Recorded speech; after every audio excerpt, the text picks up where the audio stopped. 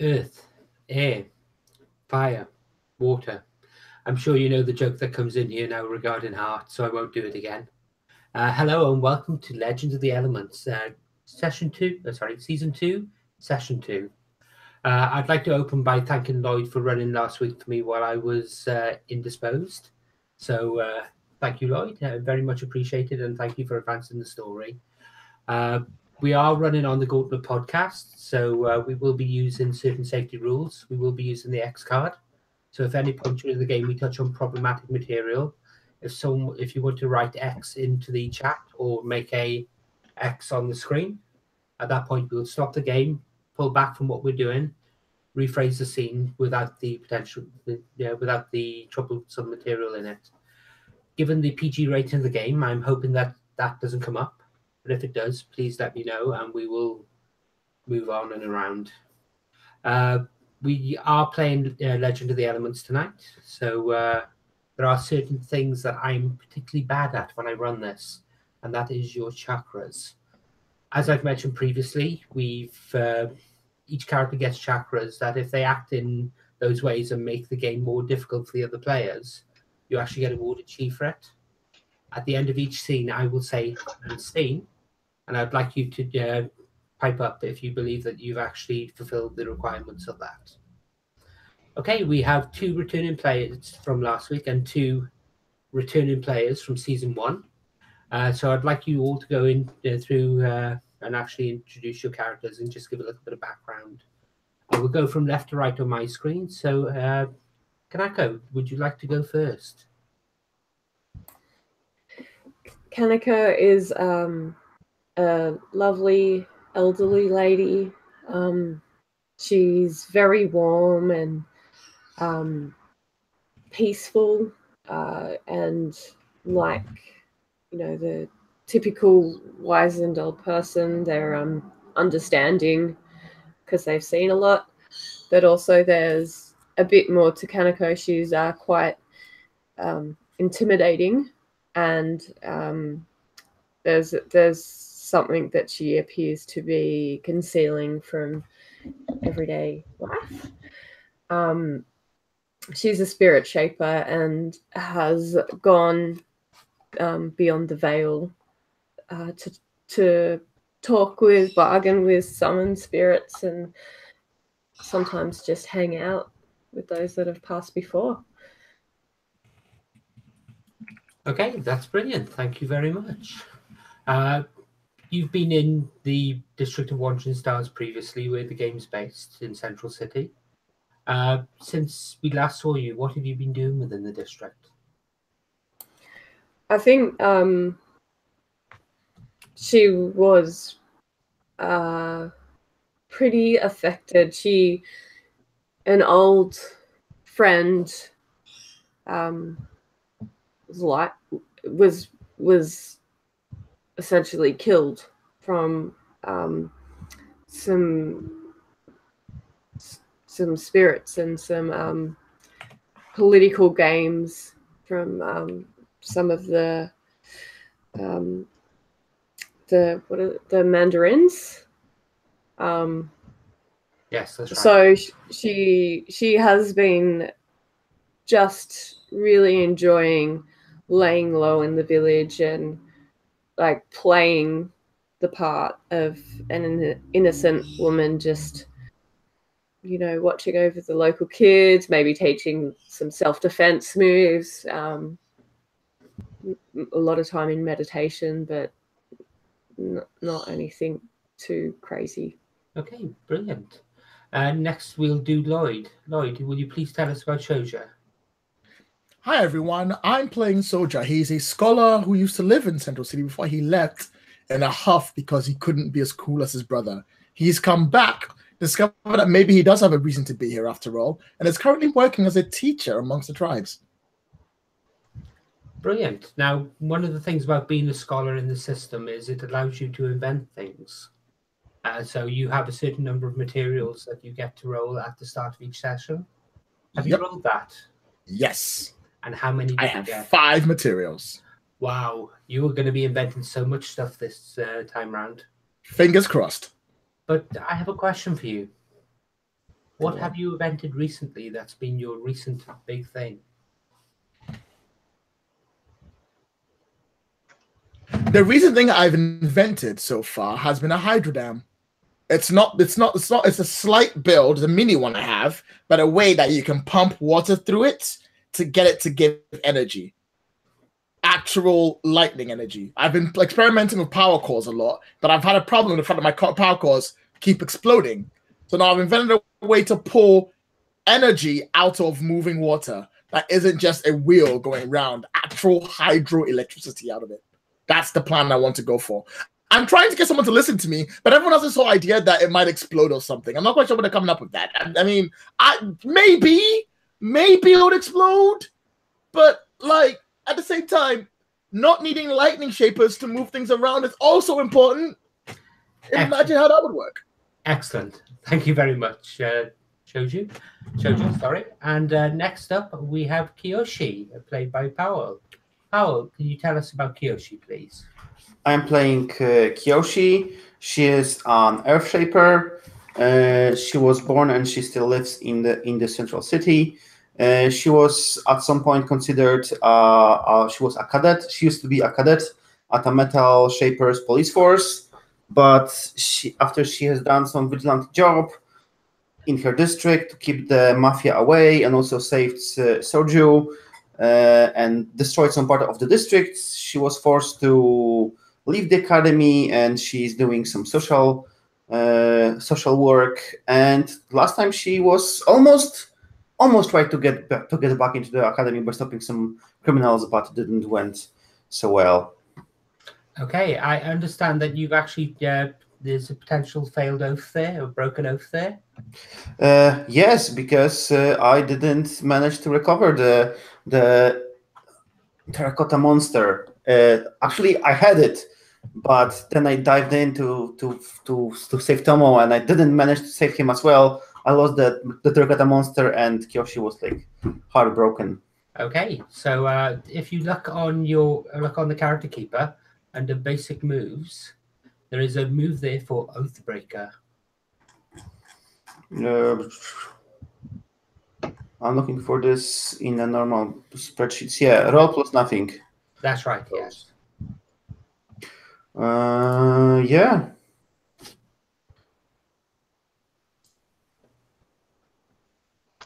So what did you get? Yeah, it's a full 6. It's a full 6. Okay, so in that case then, okay.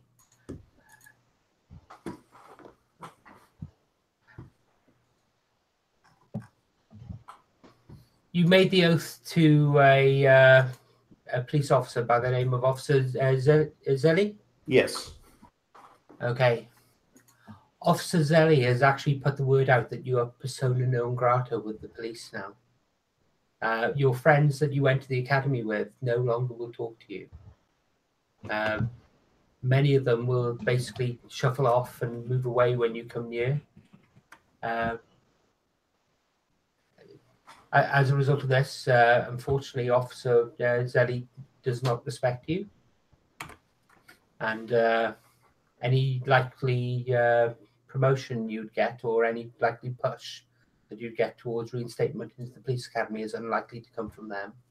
In fact, they are likely to actively oppose you. Okay, before we move on to Tomo, Kiyoshi comes from the city.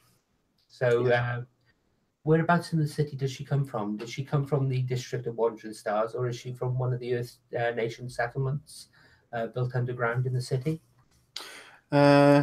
I think that her family used to live in this Undercity, but her father has this small business he runs. He crafts cups, plates, and other things from the clay. So we actually moved to the surface, to this district of Wandering Star, where are some artisans who help us like design, maybe paint them after we craft them, and we are making this like more of a small business running than just crafting items from pure clay. Okay, so he crafts porcelain, does he? Yes. Okay. Excellent. And what is your father's name? Anyone got some handy list? I'm not really good in the name in this universe. Well, funny you should mention that. I actually have an Avatar: The Last Airbender name generator, which I'm just going to post in the chat. Not that it's incredibly useful for me to come up with names on the fly, but it's incredibly useful for me to come up with names on the fly. So feel free to use that. Yeah, let's roll it. My father is Jira. I will post it here. Okay. And Jira. Okay. Jira. Okay. Can be written alphabet software. Brilliant. And finally, we'll move on to Steve and your character, Tomo. Steve, would you tell us a little bit about your character, please? Sure. Tomo Fung is a warrior. He's a former soldier of the Fire Nation. His master and house were killed in the huge eruption. I was given the household treasure, which was called the Sword of the Phoenix. And I've recently learned that I'm supposed to use that to rebuild the house. And, unfortunately, I've had some run-ins with the local mafioso, Grandfather Thunder, who's also the Fire Nation. And he's earned my wrath because I feel that he's taking advantage of the Fire Nation refugees to build his power. Excellent. Okay. So you're looking to reestablish your house. What steps have you taken towards that? So far, nothing significant. Okay. No, he is at a bit of a loss as to where he's begun. That is a legitimate answer. So there's nothing wrong with that whatsoever. Yeah, I think it was just recently he learned that was really his task, and obviously he tried to save a bunch of artifacts, and one of them got away. Maybe to build some personal fame and glory. Okay, so we will start the episode. Theme music comes up. Previously on the Tales of Central City. We cut to a elaborate museum that has relics of the Fire Nation in. We see a fight that's taking place there. We see Tomo doing his waifu across the place. We see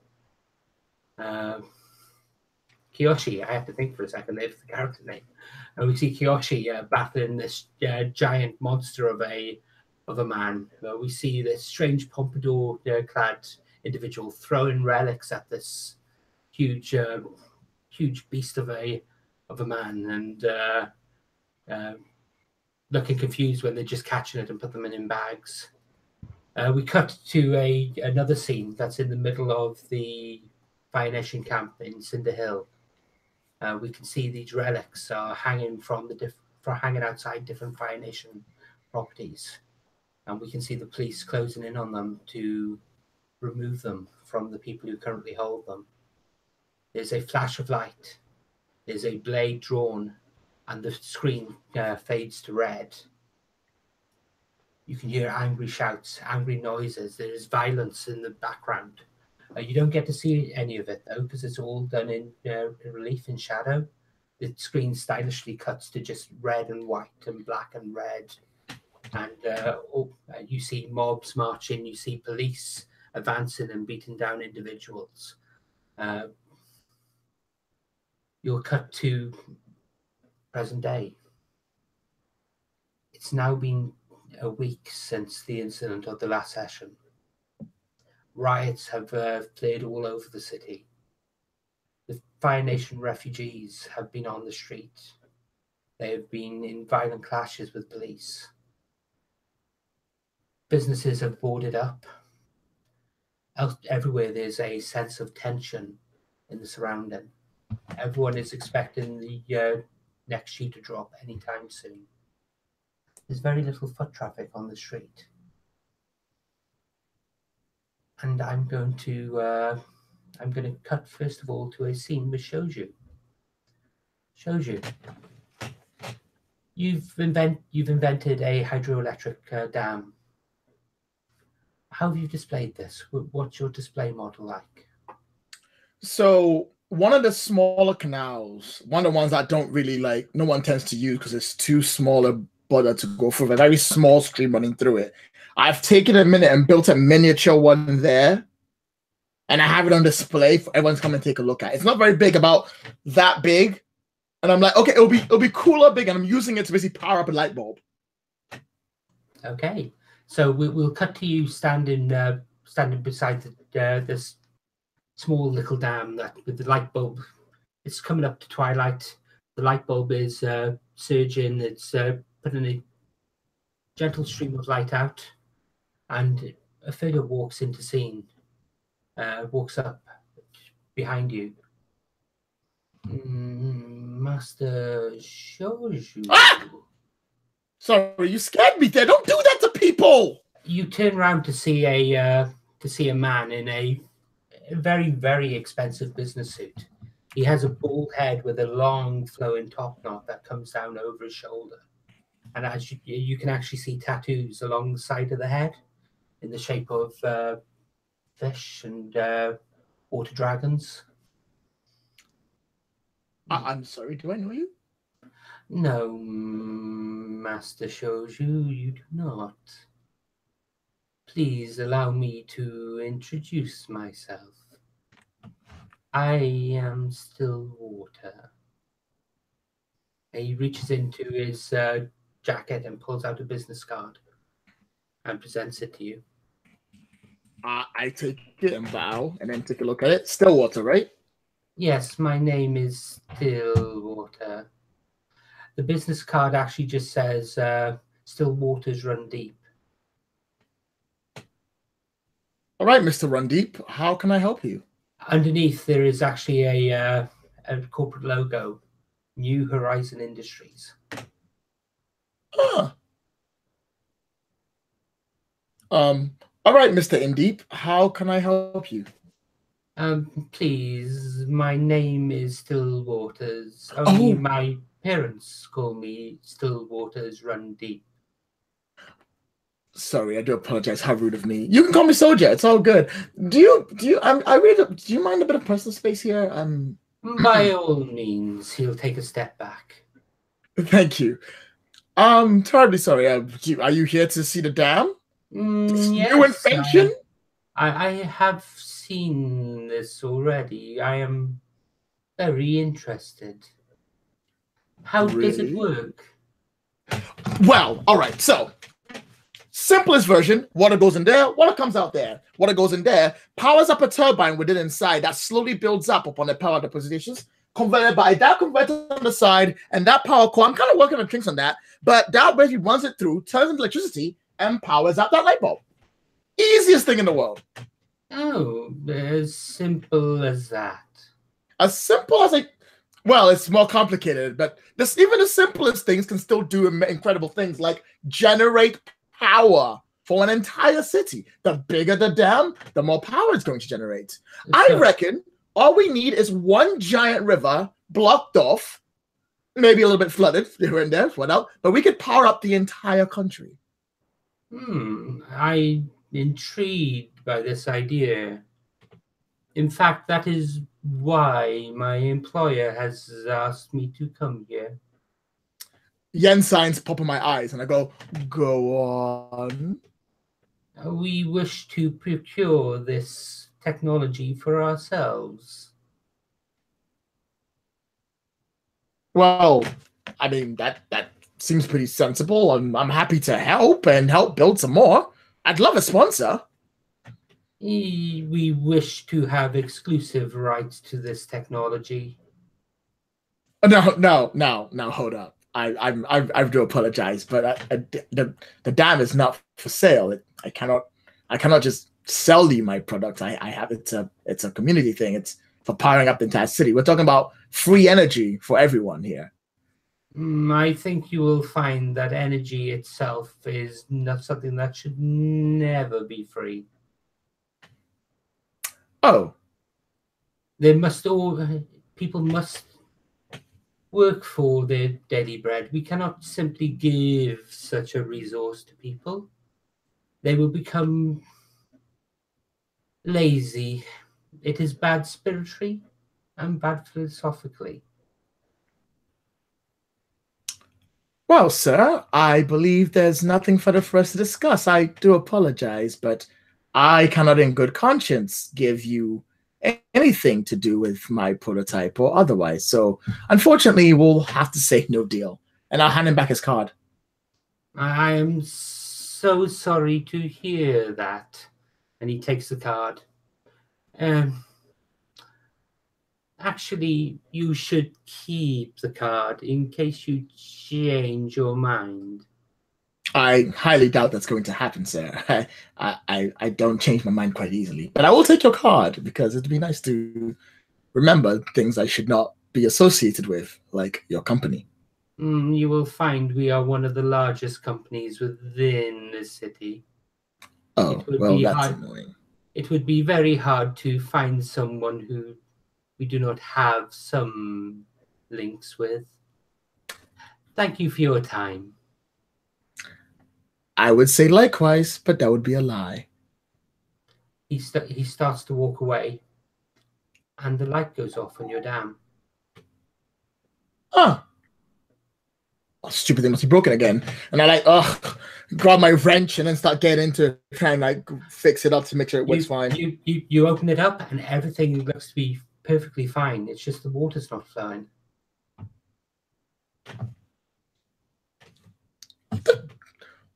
What on earth is going on?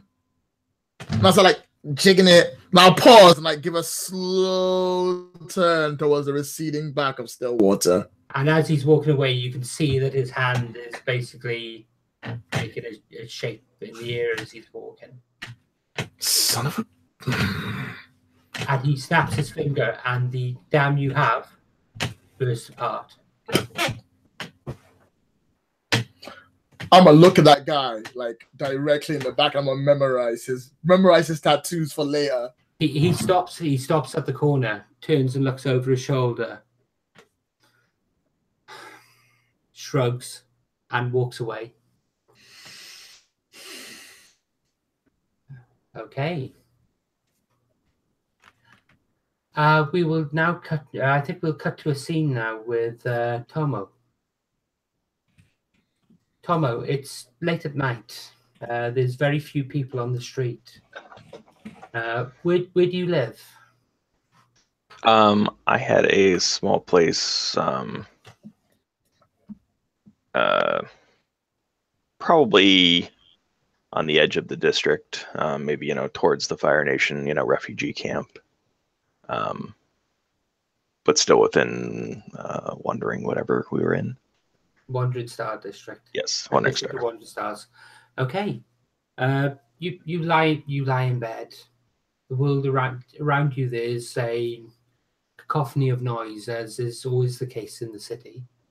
There are carts moving through the streets. There are sounds of the houses shifting. There are fires burning in hearths. There's never quite silence within the city itself. You can hear in the background, you can feel the slight vibration of the underground carts as the subway goes through the local area. You can hear this cacophony all around you. And yet, there's something that doesn't sound quite right. You lie there in bed with your eyes open. And can you observe carefully, please? I was going to say, I'm not sleeping. I might as well go look. Can you roll plus keen? Mm-hmm.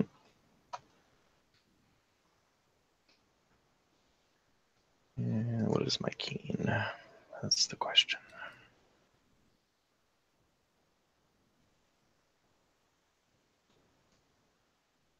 So I roll a 6. Okay.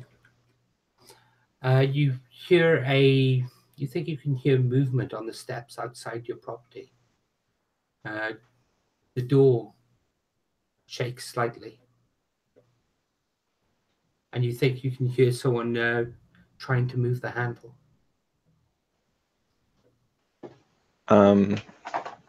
I'll get up and I'll, go stand, next to the door.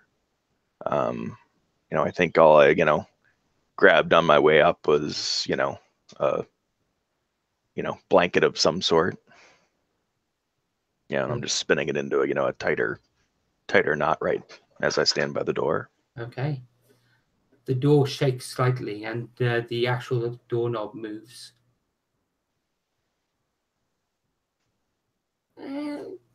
Someone shakes the door, and it's obvious it's locked. A few moments later, you hear movement by the window. Sounds like someone's moving around the back of the property. Yeah, so I will follow their path, and I'm going to unlock the back door before they get to it. Okay. Can you move with intent, please?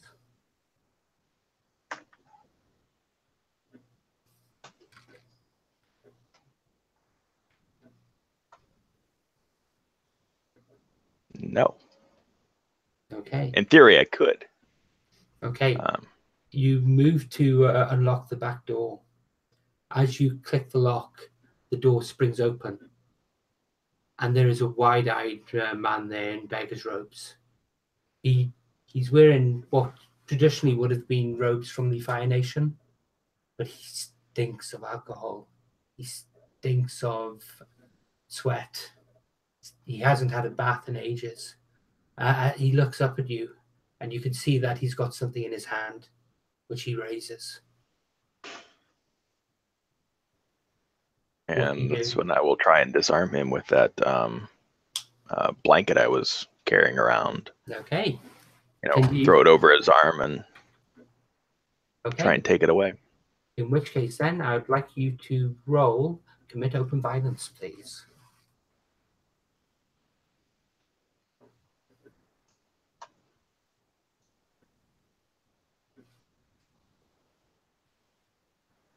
That's 9. Okay.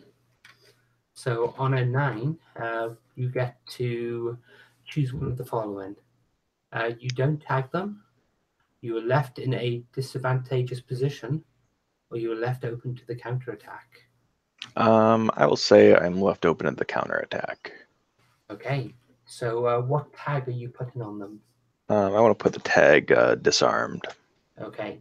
So your towel whips round. It catches the bottle of spirits that was in the beggar's hands and whips it over into the corner of the room where there's a cracking noise and the smell of alcohol pervades the room itself.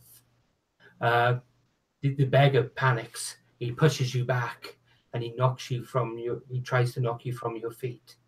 This is purely an animal action. He doesn't look like he has any skill in this. Can you please stand fast? I can certainly try. That's with what? Solid. Stand fast is with solid. So that's a 10. Okay. So in that case, then you stand fast. So he tries to push you over and he stumbles into the room himself.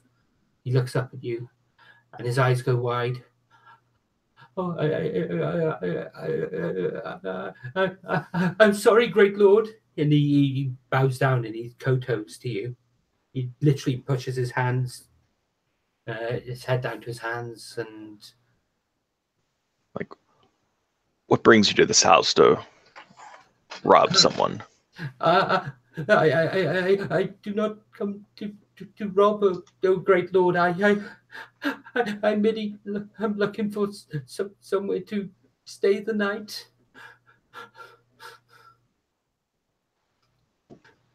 Like,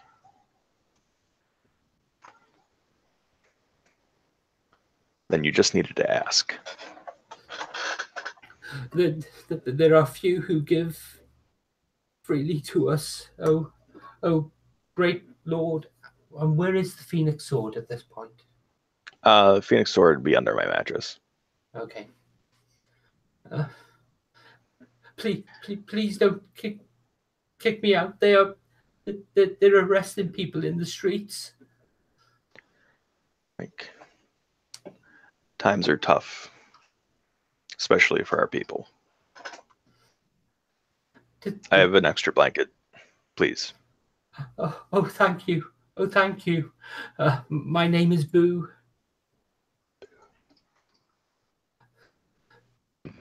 Tomofang.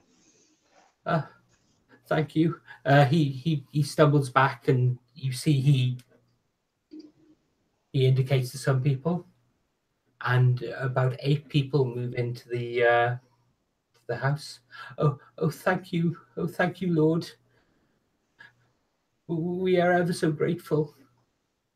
And there's this wizened old lady there. There's the older grandfather, the patriarch of the family. There's young children there as well.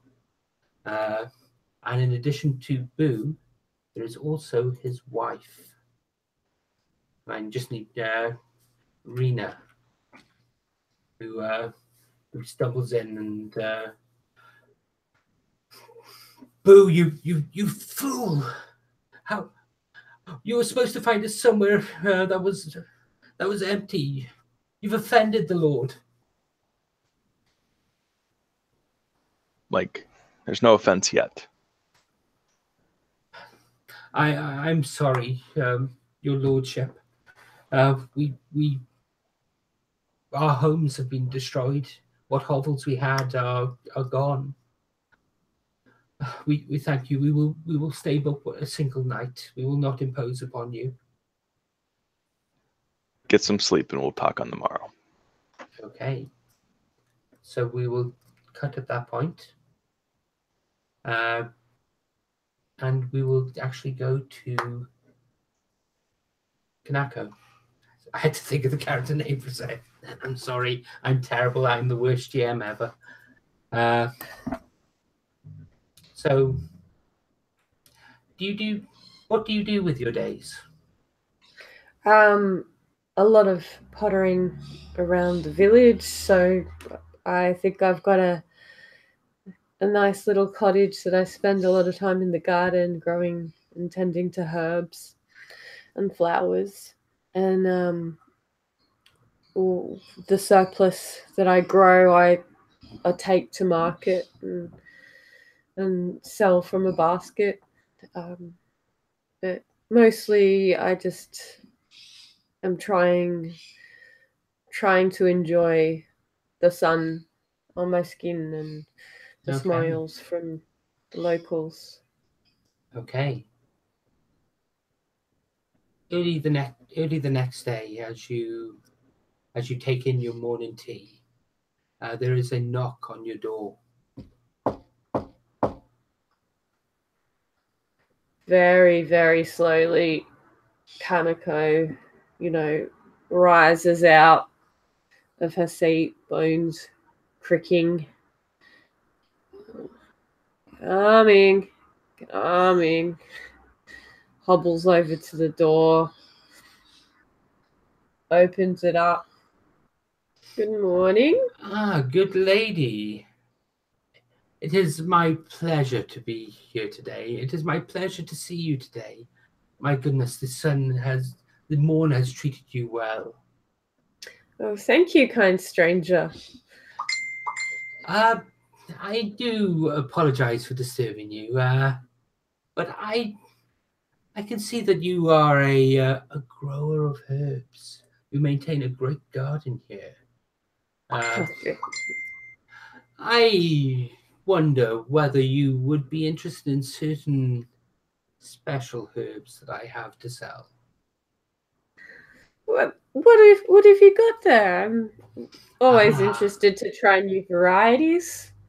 I have tea from the far north, scorched lightly in the fires of the volcano of Yujin.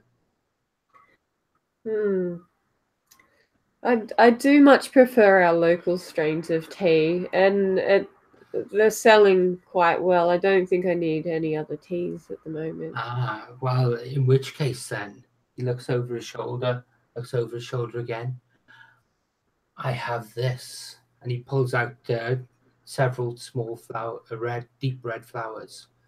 These, when crushed into a pulp, and applied to the lips give the most beautiful color.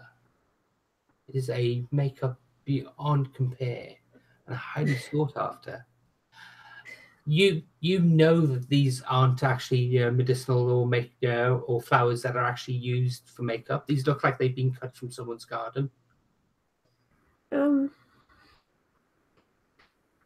I do appreciate a bit of rouge and lip color every now and again, but stranger, there is something you are not telling me. I'm no fool. You can't sell these mere roses and call them more than what they are. I know my plants. These are not your plants. Mm-mm. He steps backwards. Apparently they're not yours either. These were obtained legitimately. Yes, but you don't even know what you're selling. These, as I said, these when crushed make the most beautiful makeup. Would you be interested in becoming a store hand for me? I'm getting too old to go down to the market every morning. Okay. Would you be interested in selling my herbs for me? I do not think so. I have my own produce. At this point, we will cut. As you are at the front of the house, we cut to the back of the house, and there are several people wandering around your garden with knives. Several people in beggars' robes, badly maintained, dirty, but with sharp knives, and they bend down to cut the herbs from your garden. But they do not do so unobserved, for in the distance we see a single figure standing in an alley who has seen these individuals walk into the gardens themselves. And what does Kiyoshi do when she sees this? Yes.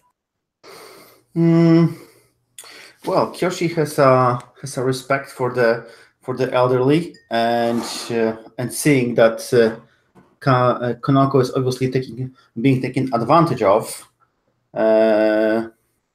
I don't suppose I see the front. I suppose I just see the back of the house. We can say that you actually can. We'll say that you're at the side and you can actually see the front and the rear of the house at the same time.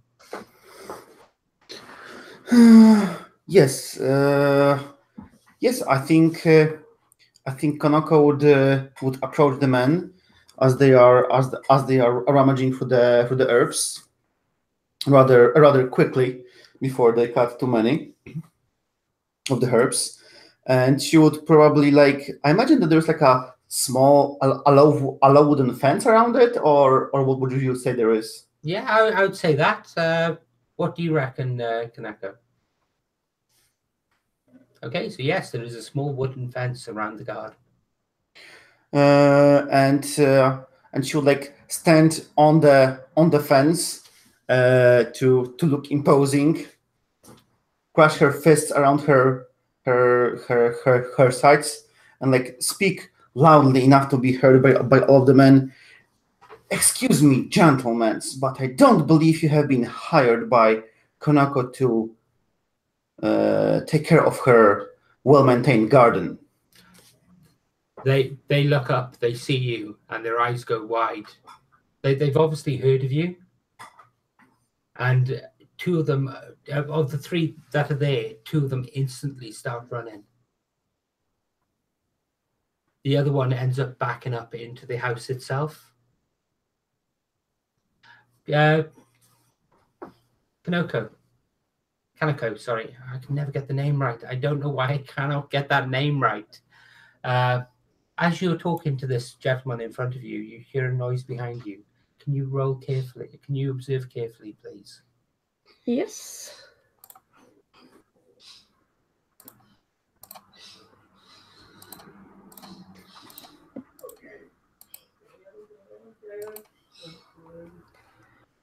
Ooh, 8, and what is it?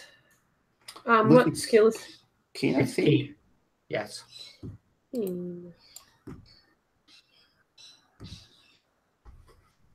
Okay, I am not that keen. I got an 8. Okay, you can ask one question then. Based on the questions on the basic moves tab.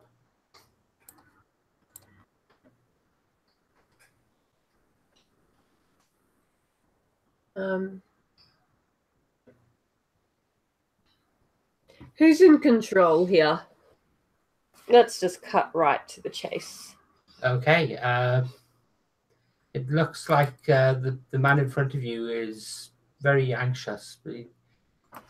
You can tell that he's trying to stall and trying to draw out your attention here. Looks like he's definitely actually in control of something here and trying to keep you your attention trapped to the front door. I don't think Kaneko is oblivious to what's going on. I think she probably even heard the footsteps in the garden, and I think she's made some sort of connection looking at this man at the front door and maybe having some sort of idea that people are rummaging through her valuable herbs. I don't think that she wants to interfere with some lowly beggars. I think she doesn't need the money from the herb. She does it for the joy. And if someone is that sad and desperate to need to steal some herbs, then go for it. I think she asks the man at the door if he'd like to come in for a cup of tea and talk to her some. Yes, that would be great. That would be great. That you can see his eyes go up over your shoulder. That would be, and a few moments later, you feel a pinprick as something touches your throat. I was wondering when your friends would join us. So, fellow stranger, would you like to have a nice warm cup of jasmine? I've just boiled it. The stranger whips you around and holds you in front of the earthbender that you can see out of the back door. Don't come any closer, or the old woman gets it. And you can see the knife that he holds. It is only a short blade, but it is touching her neck.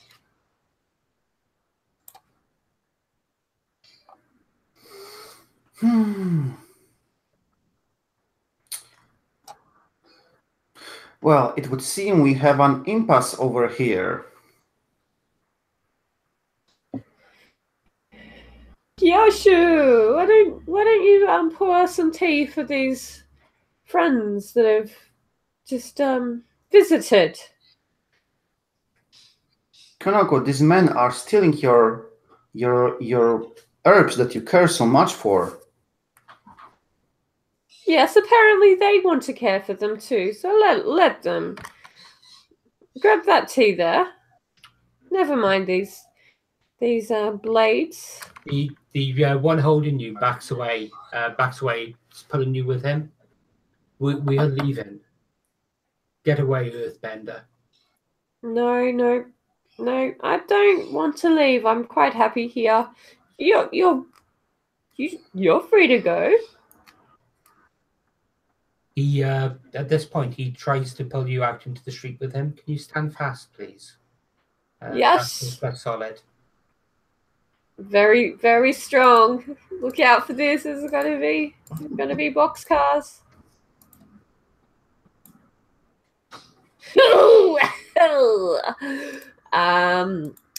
So Kaneko isn't as strong as what she thought she was. She only rolled a 3 Okay. and isn't standing very fast. Okay, so you get the tag of dragged as you are dragged into the street. As you are dragged into the street, there are several people that scream, and the people in the nearby buildings can hear this. Shows you. Your school is on the first floor of one of the nearby houses.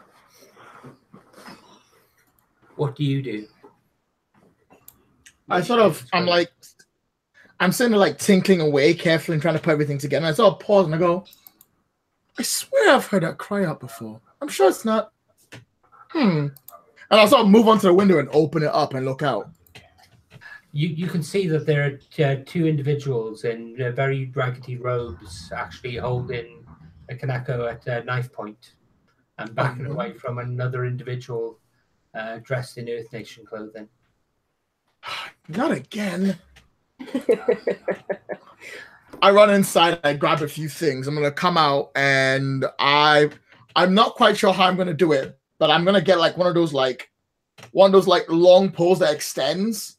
I'm going to slam the extend. I'm going to push it on and hopefully put it under the guy's arm and flick it up so that he's no longer putting the knife to Kaneko's throat. Okay, can you commit open violence, please? Woo! Let's make this roll. So open violence I'm really bad at, but it'll be fun. Don't you get to use your keen for one form of commit open Only violence? if I've studied the person for a while. Okay. If she's got a knife to her throat, I'm just gonna go, whoa, try and get it out as fast as I can. By all means. What did you roll? I'm about to find out. If my dice would let me roll. Silly thing. Where are you? Roll for your party. Come on. There you are. Oh, well, I'll take it. That is a 8 with my layer of 7. I got 7 exactly. Okay, so you get to choose one from the commit open violence. I will pick. I am left at a disadvantageous position. Okay, so as you lean out of the window, you have to lean out further than you intended. You flick the pole, and it. What tag are you putting on the person holding Kaneko? Disarmed. Okay, the blade goes flying out of his hand, but as you lean out, you tumble forward, and you're literally put the pole down, and you're literally on leaning out of the window by your toes, with the pole holding you up. And I go, not again. Okay, Tomo, the same question. You hear a scream. And what time of day is this? This is early morning. Okay. This is around about 7, 8 o'clock. Yeah, given that they got in late, I was probably doing something outside. Yeah, so I hear it, and I will run in the direction because it sounds like someone might be committing open violence. Okay. You throw the door open, and you literally have to find a way to step over the different family members that are all sleeping on the floor. And I did grab my sword. Yep.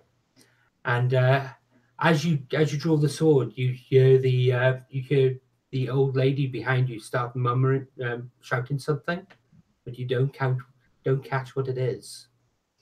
As you step into the street, you fling the door open, and you see a man holding an old lady. It appears he did have something in his hand, but a few feet away from him lies the knife that he held there. Okay.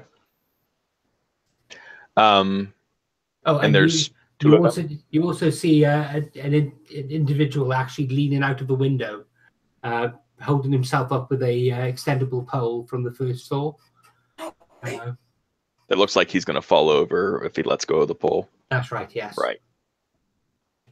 I'm going to move to separate the gentleman from the lady who I can see now is Kanako. Okay, so can you move within 10, please?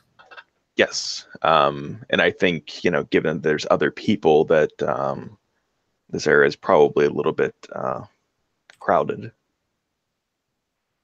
Horses in the morning, carts, etc. Yeah. Well, there are very few people around given the problems recently. But I still think I take a non-direct route because I can. Okay. What did you roll? Well, I rolled I don't know what that's with, but I didn't roll above a 6. Okay.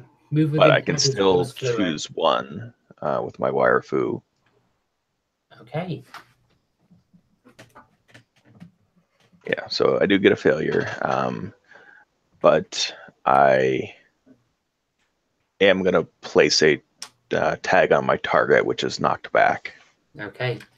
You come flying forward, and as your foot hits the ground, you stumble slightly, falling into the actual person that you were trying to move out of the way. As you stumble, you both end up on the ground. So I would like you to actually take the tag of stumbled.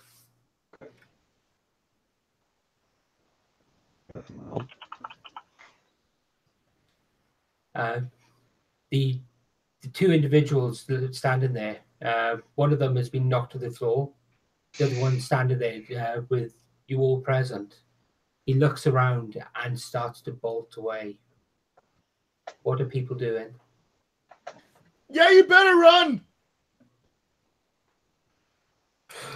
I believe Kyoshi would look at the men who are still in the garden, holding all those fancy herbs, and Kyoshi would point with her hand toward probably the baskets that are lying close to the house, which Kanako uses to collect the herbs, and she would say, "I believe that you gentlemen were just about to leave, but before you do, please leave the herbs in the baskets. Thank you for your service." Can you roll speak honorably, please? The undertone was. Sorry, are you rolling? Are you acting dishonorably then? Or? Yes, there was the undertone that they are gonna get hurt if they don't. That's fine. Can you roll act dishonorably then, please, with +1? Yes, that was my total intention. Let's see if the dice can actually allow us to roll anything that is not a failure. We will put it to a test. Yeah, it's a full hit. Okay, so they look at you. They're wide eyes. They obviously don't want to fight. They tiptoe over to the baskets and dump the herbs they've cut into it, and start backing up and walking away. Their hands are in the air. They sheath their knives. Their hands are up. They turn and walk. And as they start to move towards the end of the street, a car pulls up and stops violently. The car's in the markings of the police, Mm-hmm. and the door opens and several police officers step out. They reach out with their arms, and the wires in spools at their waists snap out and snap around the limbs of the thieves who are moving away. They are enveloped in steel wire and fall to the floor, and the police move over to them. And you see as they move over, rods fill their hands. Excuse me, what was the last sentence? As they move over, you see that they reach in and reach into their belts and draw their rods as they step towards these thieves. No, gentlemen, there was just a misunderstanding. These friends of ours decided to do some handiwork in the yard. No need for any retribution. They know what they've done is wrong. They're on their way. These scum, says the police officer, deserve to pay for their crimes. And they move over to them, and as they lift their hands, and the wire wrap bodies raise up into the air and float towards them.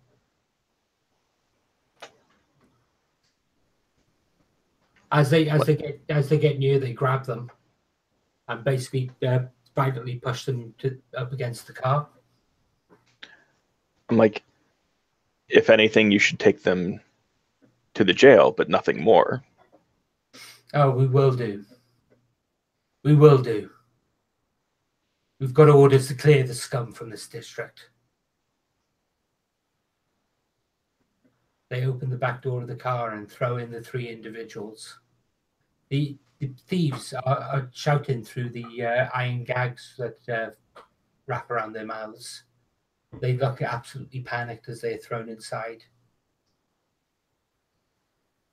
The door closes and the officer in the lead turns round and looks up. You, he points with his rod towards, I can never remember the blooming character names, Kiyoshi. Yes, officer. What's your involvement in this? I was looking over that those men do not perform any kind of crime activity over this garden. Yeah, a likely story. We've heard all the rumors about you. We've heard how you're friendly with this rabble. That's why that artifact never got back, isn't it? How friendly are you with this scum? Well, officer, you obviously seen that that they were running away. How could I have been friendly with them? If you obeyed your training, then they wouldn't have had a chance to run away. You obviously released them. Release them from where, officer?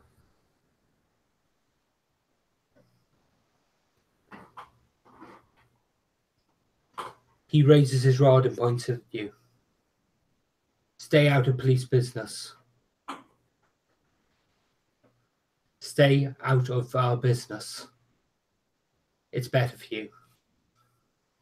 And he moves back to the car, and the car pulls off. Oh, officer, before you go, I want to thank your superior for getting you men to do such fine work. Who has given you these orders? They've come from the police. They've come from the chief of police. They've come from Chief Ironarm. Thank you very much. You have a beautiful day there. They get into the car. The sirens start on the top of the car, and they pull away. Leaving you all stood there. Well, all but one stood there. One of you is currently draped.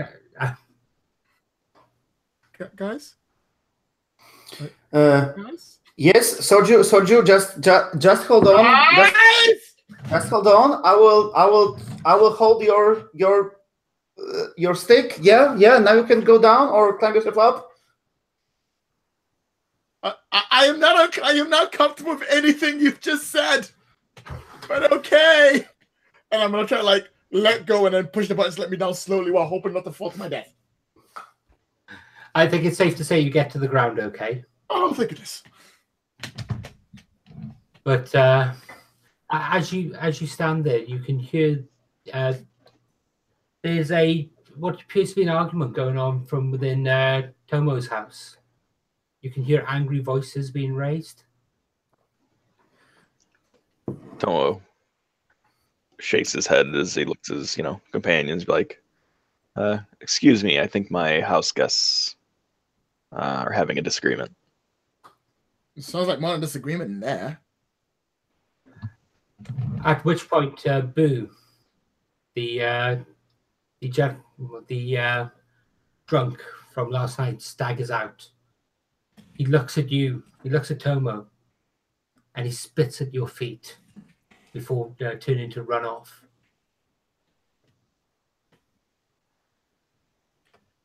This is the night of incredibly rude people or something. Like, and what is that for? After I give you use of my house? His wife steps to the door, and you can see that there are tears on her cheek. I am sorry, great master. My husband lacks the manners he was born with.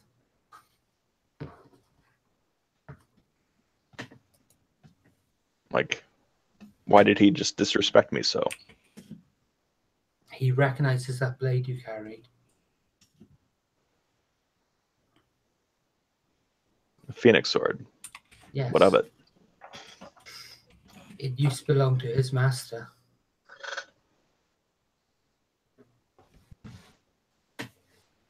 Do I remember Boo at all? No, you Maybe don't. it's another name. You do not remember Boo at all. Like, are you certain? I was a warrior in master service for 16 years. I am certain, but so is my mother. And the elderly lady walks to the door. She's about Kanako's age. I can never get that name right. I do apologize. I keep on getting that wrong. Kanako? Kanako. I will pronounce it right eventually, at which point the entire series will end. She's about Kanako's age, and she walks up to Tomo slowly. I am sorry, Master Tomo. My son-in-law has feelings about that sword. It is. He was ill-treated by its former owner.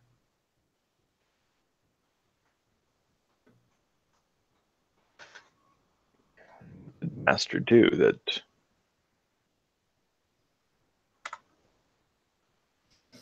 he felt wasn't appropriate. The master was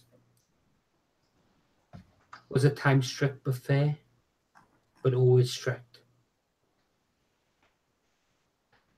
Young men do not always see the wisdom in such devotion to rules. Especially young men with a taste for alcohol. I see. Please forgive him. He is a fool. He means a great deal to us, but he is still a fool.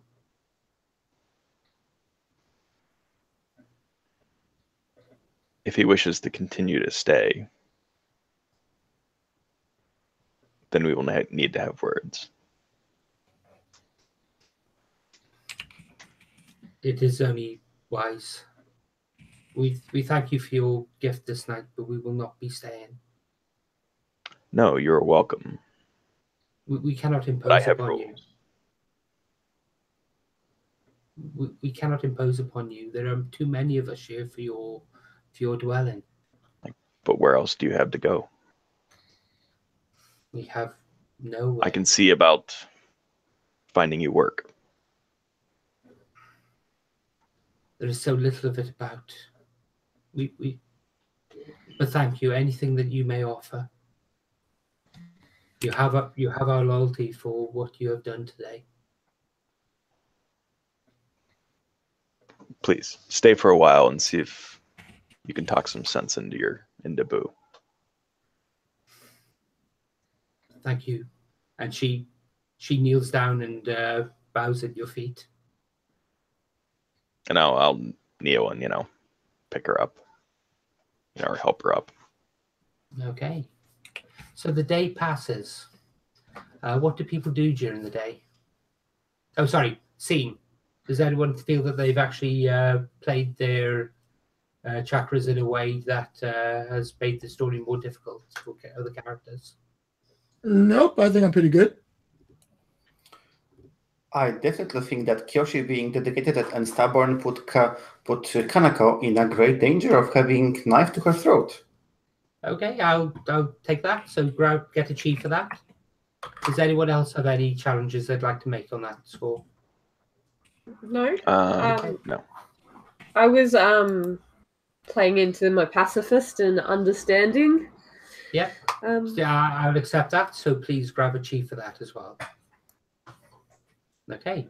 So the day passes. What do people do during the day?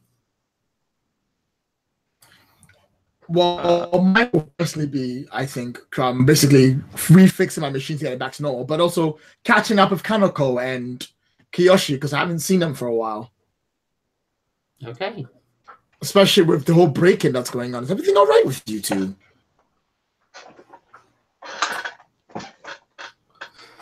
Desperate times, people act desperately, but they're still good people. Well, Soju, you've seen how the police officers treat me now. I had my shot at getting back into the ranks, but I failed miserably, and I think I fully deserved their anger, and I'm not really happy with how the things turned out. Well, that's just not right. Now, I understand this whole protest thing is going down is just what should have just blown over by now, but surely someone must do something about this. Has no one spoken to the people? Has no one tried to make some kind of like peace offering? I don't know, something normal? We cannot constantly be having people running around town just causing more and more battles.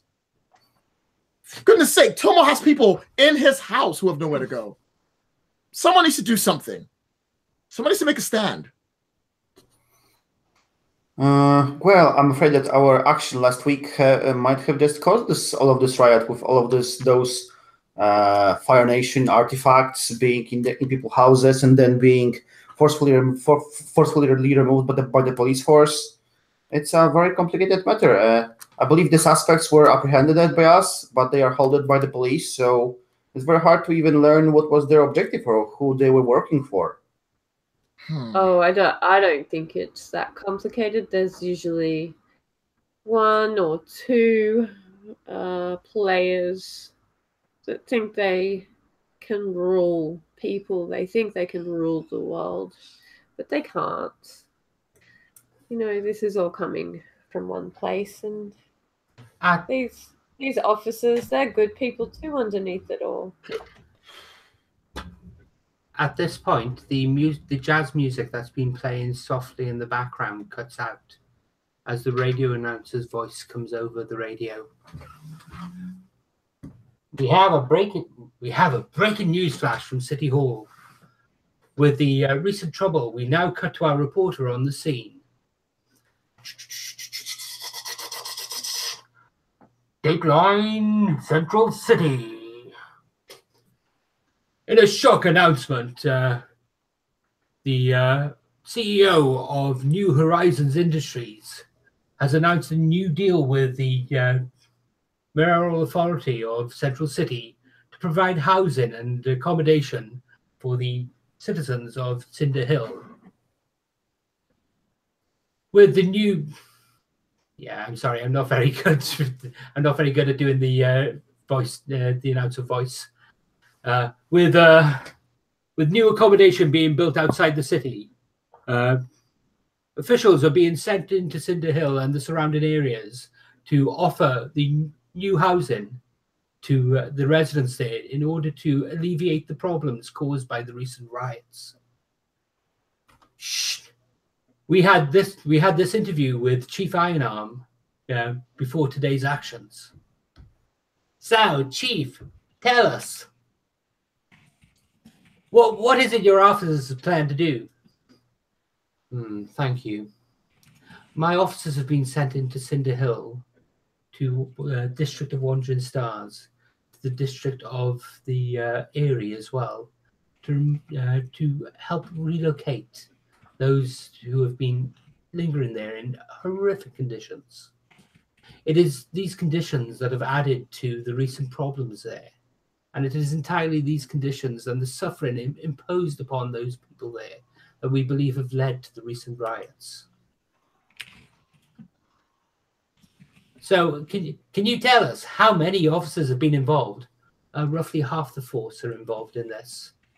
We're there just to offer accommodation to those in need. This is a humanitarian mission. And we are sure that everyone will want to take up this offer of free housing. So there you have it, folks. The Mayoral Authority has moved to offer free accommodation on behalf of New Horizon Industries.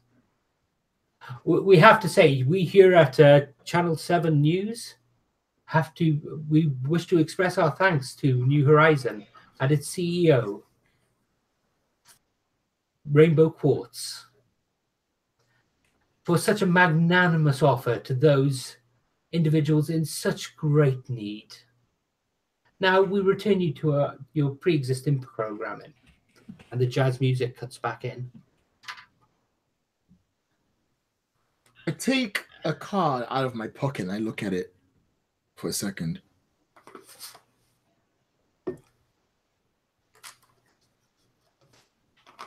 You see, Kanako, someone is taking care of those people. It seems like they are getting houses outside of city.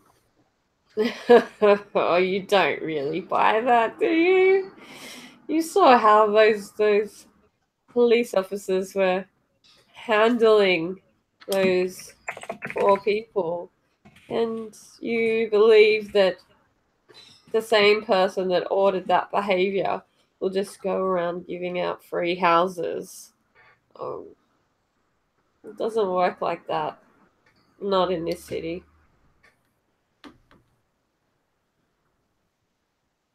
I sort of go, I look over at Tom and I'm like, hey, Tomo, you're a Fire Nation, right? I am. Do you have any typical Fire Nation clothes? Yes, he's wearing, similar cut. They don't look like they've been, maintained well. But, it's a similar Fire Nation uniform. You wouldn't happen to humor me by any chance, would you?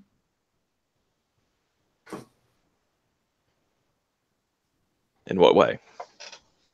I kind of never really got a chance to go to Cinder Hill.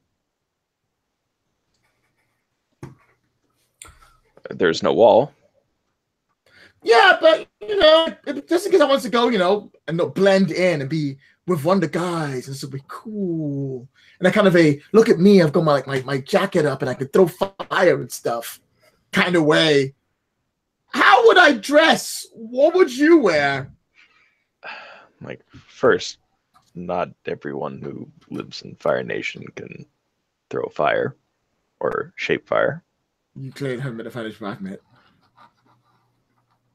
And I just point to myself hello.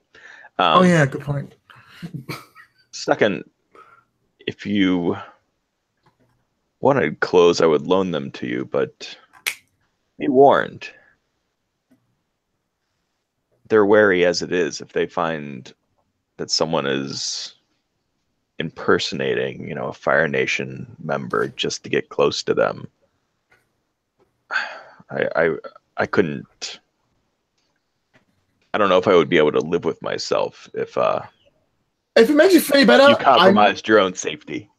I'm not trying. It's not them I'm trying to fool.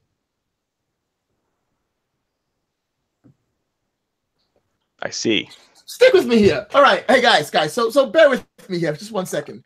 I want to go to Cinder Hill to promote my new machine that I've just invented, which lets you farm pears with a stick. It's really cool, and I need help from the Cinder Hill Kanako is just looking at you and just like, Okay, fine. Look, I need to go to Cinder Hill. I have a really bad hunch. I want to go check it out. I don't want to go as me because then people might treat me differently from the police side. I want to go in looking like us. Who's with me? I'm sorry, are you recommending that we all go get beat up and hauled off by the police officers? Well, kind of, yeah. Look, Kiyoshi, the only way you're going to get a chance to get back in there is by doing the thing that no one else expects. Undercover investigation. Tomo, you have your people in trouble and they need help. And Kaneko, I don't actually have a reason for you to follow us yet. I'm thinking of one really fast. I can't really think of one point. I'm not quite sure what's going to be. You're the smartest person I know. And you would figure this out before anyone else does because you can see things that we can't. There, that's going to work. You buy that. You can see things that we can't. All I'm saying is... just going to have a cup of tea. Like, it's been sitting there. It's probably too strong now, but I'm going to have a cup of tea. Any reason why you want to go to Cinder Hill and not to these new houses they are building? I don't think they'll let us in the normal way, but they will definitely let us in if they thought we were Fire Nation. Look, it'll work. Just trust me. All right? We all get dressed up. We all go. Then we don't hang out. We're like, oh, look at us. We're just, oh, no, we're really Fire Nation people. Then they'll take us to the new place and then we'll check it out. Look, this plan has no failures whatsoever in it. Come on. Yeah, well, if you are suggesting undercover investigation, I think I never thought about going undercover yet. It might be. We are going to get you back on the force. You just watch for this.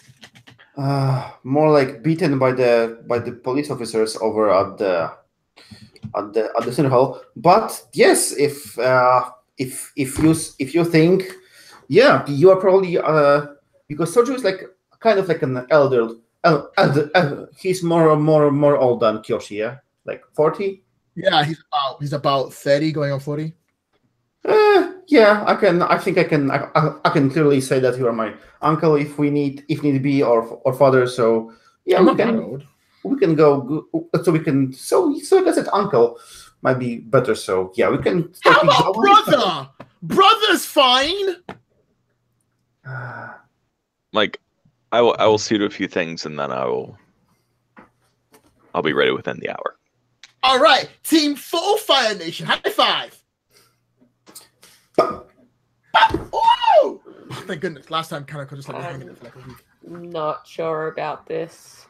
How have I ever been wrong? Don't answer that. Yeah. You know, I'll look after you. As you always do.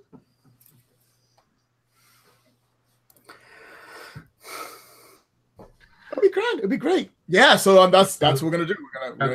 We're gonna So what's the plan? Get dressed up like Fire Nation people. Go to Cinder Hill and get taken to the new place. Okay. Is everyone on board with that? I'm on board with it. I'm gonna see to my people a little bit first. Okay. So, in which case, then we'll do that scene now. What would you actually like to do with the people that are currently in the house? I take some of the wages I've set aside, and I'm gonna get them, food and other, sundries from the market. Okay. Well, and bring them back and say, Well, we'll just carte blanche say that you have enough to get some food in for a few days to put into the house. And I mentioned that I'll, that they have the use of the, house for a couple days when I'm likely to be gone. But I'll return and, I'm like, and Rena, please talk with your husband. See if you can get Boo to lay off the alcohol for a while. Thank you, Master. And you notice something curious about the way she bows to you.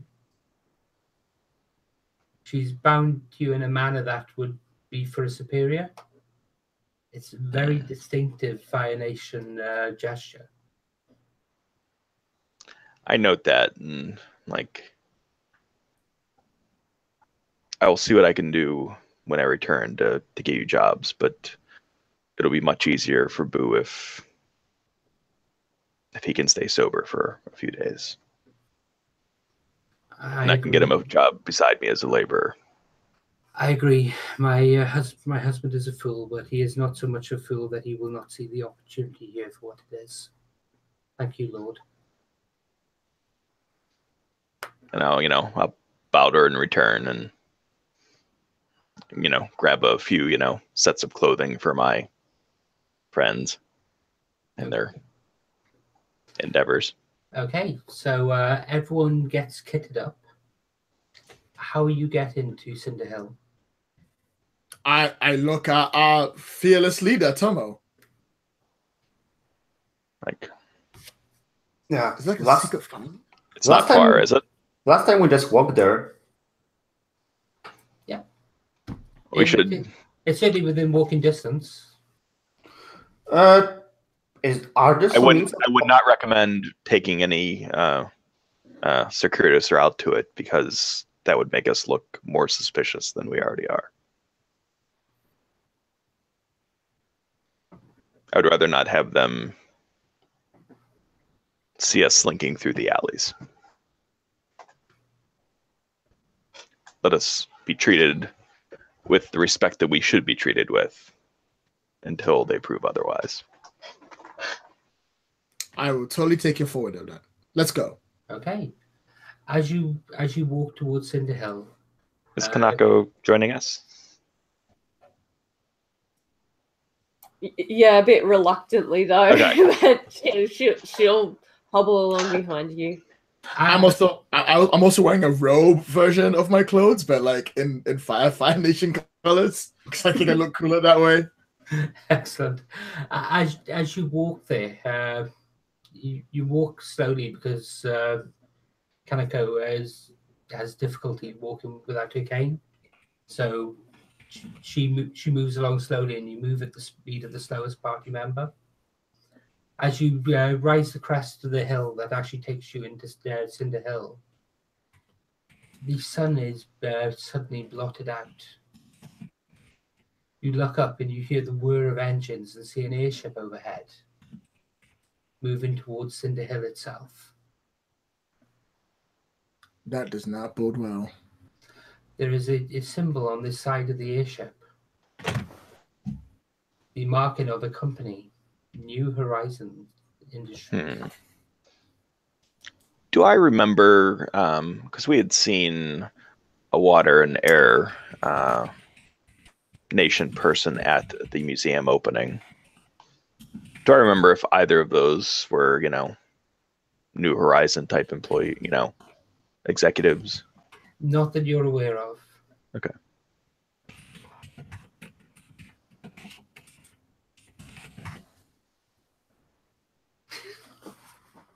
So you make your way into Cinderhill, and as you walk up the main road, you can see that there's a great number of vehicles ahead, all in police colours. There are a number of vans, and you can see that there are people being helped into the back. This is helped into the back that people basically being forcibly removed from the district. I was going to say, so they're screaming and yelling and crying as they're being helped. And they're not carrying any of their belongings with them. You can see women and children. You can see old ladies and old men being forced into the back of the vans. It doesn't look like they're being helped to move. It looks like they're being imprisoned.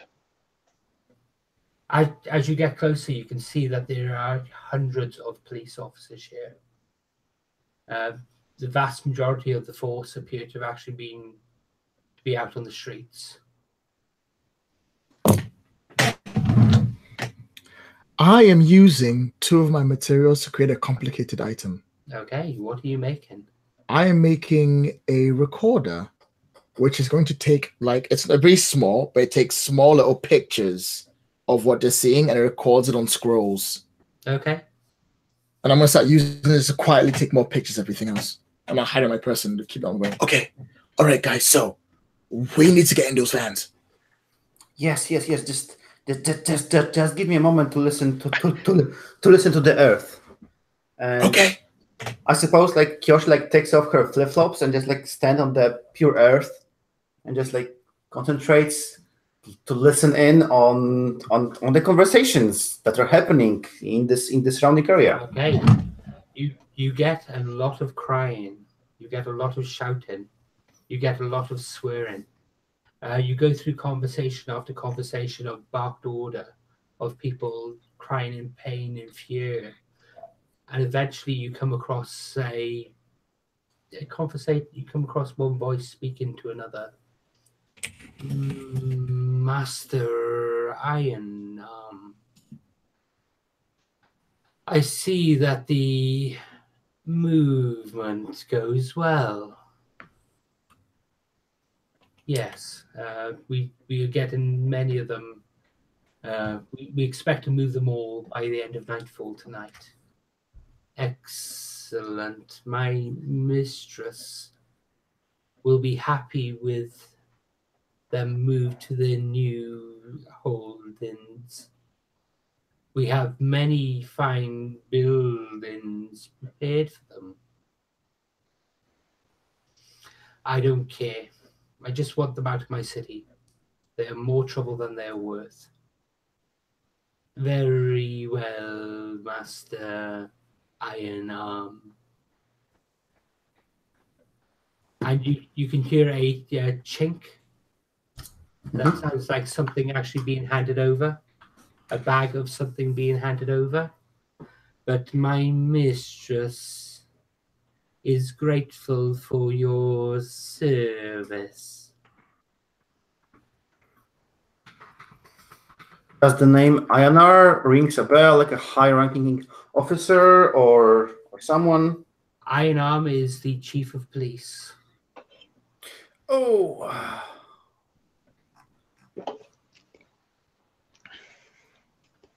I listened in on a conversation between Master Ayanar, the chief of police, and someone speaking very like a speaking disorder, like a very slow and. Was he talking a little like this? Oh, Yes, exactly. He said that someone is actually very interested in moving all of those people to this new place, and well, I believe that Ayanar thinks that I'm very sorry to say, Tomo, but she considers your nation to be a trouble in the city with all these riots, as they've been set up to be. all right, guys. Plan's gonna work. We're gonna go on to these things. We're gonna go to the place. We're gonna take a picture of all them suffering. We're going to blow this case wide open. We're gonna take it to a higher rank, higher than Iron Arm. We're going to show them the pictures, and we're gonna prove once and for all that you deserve to be in the academy for outing a terrible person who is doing horrible things to the Fire Nation. And if that doesn't work, I have a plan B. Who do you think is going to listen? I look at Tamako, I look at Kanako, and I'm like, maybe the police won't listen, but I believe we both know someone who definitely will. Name starts with G, ends with Thunder. He won't listen. He doesn't care. If he doesn't care, we can. I think he may have had dealings with this, that he might be involved. No, there's no way. He cares about his people. If there's anything I really? definitely learned from Grandpa Thunder. Besides, he owes us his life. That doesn't mean he'll ever repay that debt. Good point. Cross that bridge when we come to it. Let's get on those things and find out what's going on. You lead the way. I've never been wrong. As you move up into the district, there is a sudden flash of lightning. Oh, where'd that come from? You can see that the police are reacting violently to someone or something. There's another flash of lightning, and the police lay in force. At least 20 rush towards the pyrotechnics. A few moments later, you see a young woman dragged into the back of one of the carriages. Oh no. Please no, don't be who I think it is. Please don't be who I think it is. Can I see her face? Yes, you can. Who is it? It's Mei Ling. Well, I look Who's over at Kanako and I go, okay, Kanako, point proven. That's Mei Ling Thunder, who is, by the way, Grandfather Thunder's wonderful, sweet niece, daughter, sister? Daughter. I don't actually know. yeah, let's get us onto these buses. And like Kyoshi just like runs in and starts throwing punches at the officers to get them to arrest her like immediately. Okay, I'm going to ask everyone to roll stand fast at this point in time to see how badly damaged people actually get in there. I was going to say, I was going to try and just sneak on while they're doing this horrible, let's get beaten up and put on the bus. I was just going to try. I was going to go that way too. Yeah. Can we all move with attention instead? Okay, so We don't know these guys. okay, so I'd like Kiyoshi to roll stand fast. I'd like everyone else to roll move with intention, please. Thanks, Kiyoshi, you're the best. Wow! Excellent distraction. Yeah. Well, you're asking me to roll what I'm better at, but my actual intention was to maybe like lessen the blow that they are delivering to this poor girl if she's someone close to the Grandfather Thunder, so that they like react some of their steam on me and not on her. Okay, in which case then, can I ask you to roll with it, move with intention? Yeah. Then roll stand fast. Yeah, it's much worse for me, but that was my point. No, I would like you to roll move with intention, then roll stand fast. Oh! I failed. Okay, I got in between. got a 7 and 10. Yeah. Okay. Do we get 2 for failing? Yes. Yes. It seems that I got 9 again on move with intention. Okay. And I'm going to reroll again. And I got 7, 9 on stand fast. So 2 9s for me. Okay, so with move with intention, you get to place a tag on the target you've gained a position on. So in this case, you can place a tag on Mei Ling Thunder that she's protected or uninjured or something similar. Yeah. I'm not sure if it makes sense to place attack like less injured, because I don't believe I can like soften, because I suppose they will like unleash some of the wrath on her as well. Anyway, so something like less injured or like yeah, that makes sense. Yep. Okay. So we'll assume in this instance that she doesn't take the full brunt of the injury. Yeah. And when you rolled your 9 on stand fast, okay, I am going to. Okay, you can metal bend, can't you? Yes, I can, but I can do it right now because they would know that I'm not Fire Nation. Okay, so in order to stand fast, you have the following option. You can metal bend to actually protect yourself from the blows. Or alternatively, you can take a tag, which in this instance would be concussed. Yeah, I'm definitely taking the tag because I am. That can blow entire go undercover operation if I reveal myself as a metal bender. So, metal shaper. Excellent. So, concussed. Yep. So you all get thrown into the back of one of the trucks. It's not the same. I'd like to make my environmental tag to be bunk buddies, to be thrown in the same truck as Mei Ling. Okay, that's fine. So you're all thrown in the back of the truck with Mei Ling Thunder. She is wrapped up in metal wire. She is gagged, and she's trying to move against it, but Yeah. What was that? everyone dropped out at the same time. That was unusual. She's totally bound in metal wire. She's totally wrapped up. She's unable to move.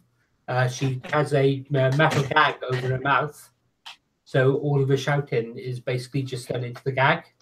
Her eyes go wide when she sees you, and she appears to calm down somewhat.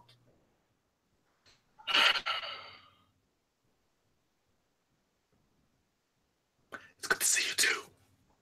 You just have fun over there. She's not able to talk, but you can actually see that there's some liquid rolling down her eyes, rolling from her eyes. It looks like she's crying somewhat. I feel kind of bad, but at the same time I don't because it's not my fault. And I sort of like, can I like shuffle next to her? Yeah, the backs are crowded. They're like cattle trucks. Literally everyone's crowded in. Everyone keeps on dropping off. Is that my connection? I think it's Hangouts. I got a message that the call was finished. Okay, that's unusual. Okay, so I feel like remember it just hit midnight here, so something probably went wrong with the system. That's why. Okay. So we have an hour left. Everyone is in the back of the cattle trucks. The trucks start moving. Everyone's crowded in together. You can hear people sobbing and crying. You're surrounded by a bunch of really miserable, really frightened people. What do you do?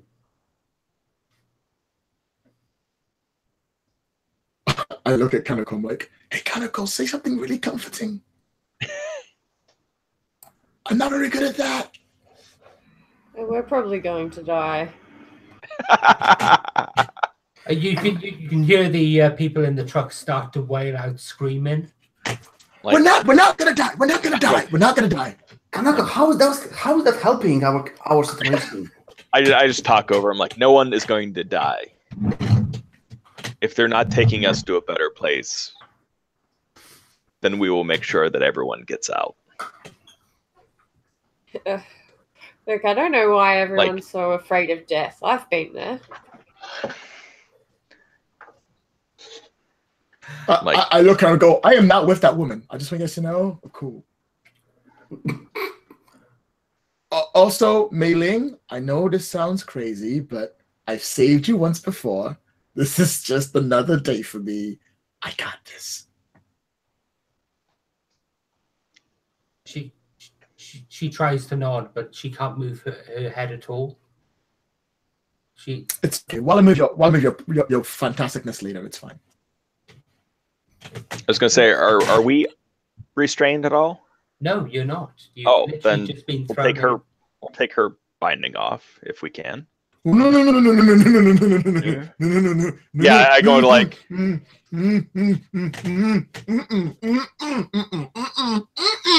No. Like, why would you leave her restrained? Because she will break free of this and will not be able to get to the place we're trying to get to. She. See what I mean? Like, you're lovely, Dylan. I think you're great, but she's also super uncontrollable. Do you at least want to talk to her? Nah, we're good. Yeah, we're good.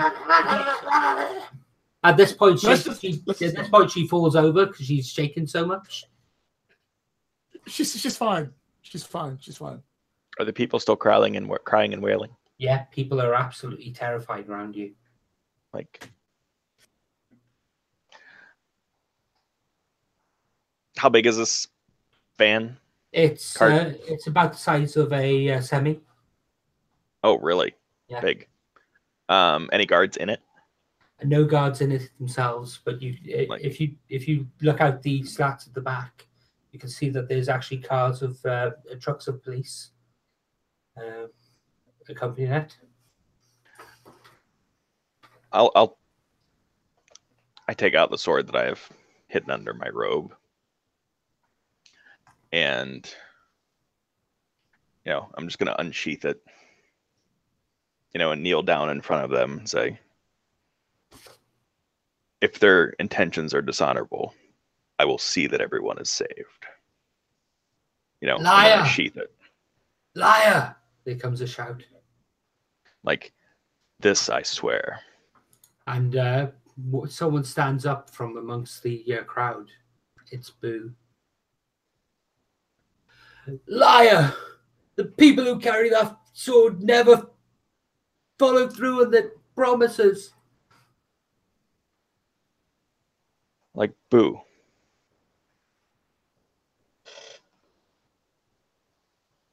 You came to my home and broke in, and I offered you shelter. And yet you spit at my feet, claiming that I had no honor.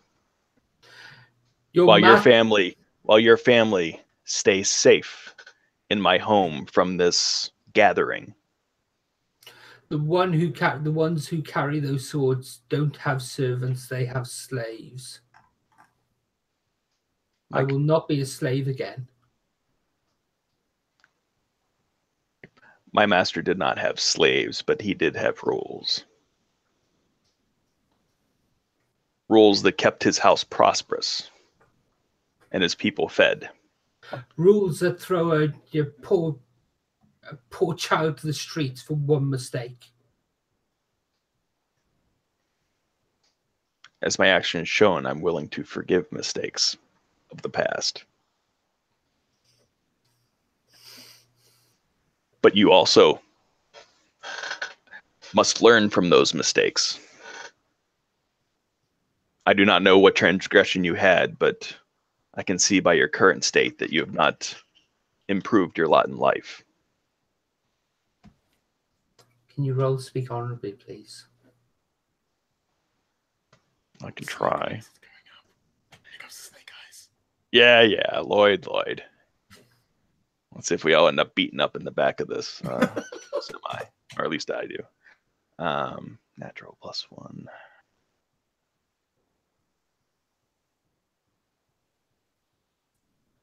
Oops. I did not actually roll anything. Ooh, rocks fall, everyone dies. Oh. Oh, I roll a 6, but I think I'm gonna spend. I can't spend a chi. No. Because we can't spend chi if we don't have move tags. Well, there you go then. The people around him. Wait. I'm thinking if I want to say something to help. Okay. Because Oh, you can help. Because why not make the situation even worse? Yeah, I think Kyoshi would say that yes, Tomo speak honestly. He took action. Oh my God, there's people. Their artifacts were stolen from their homes. Yeah, but now that I started talking, we'll see how it lands. Yes, Okay. Tomo took action to when the police was forcibly removing the artifacts from your homes. He took action to make the police stop the violence towards you. There is weight to his word and to his honor. Okay. Can you please roll plus help? So that's 2 dice. If Tomo respects you, which unfortunately he doesn't, Nope. you'd get. I actually don't +2. respect anyone. It's odd. So can you just roll 2 dice, please, and tell me what score you get? It's a 9. Okay. So you get to add +2 to Tomo's roll. Which makes You it a get- 7 and 9. You get into. They look at you and go. The people around go. You're not one of us. Who are you? Oh, God darn it. And they correctly deduce that you're not from the Fire Nation. And they start to back away from you. Spy! Spy! They've put a spy amongst us.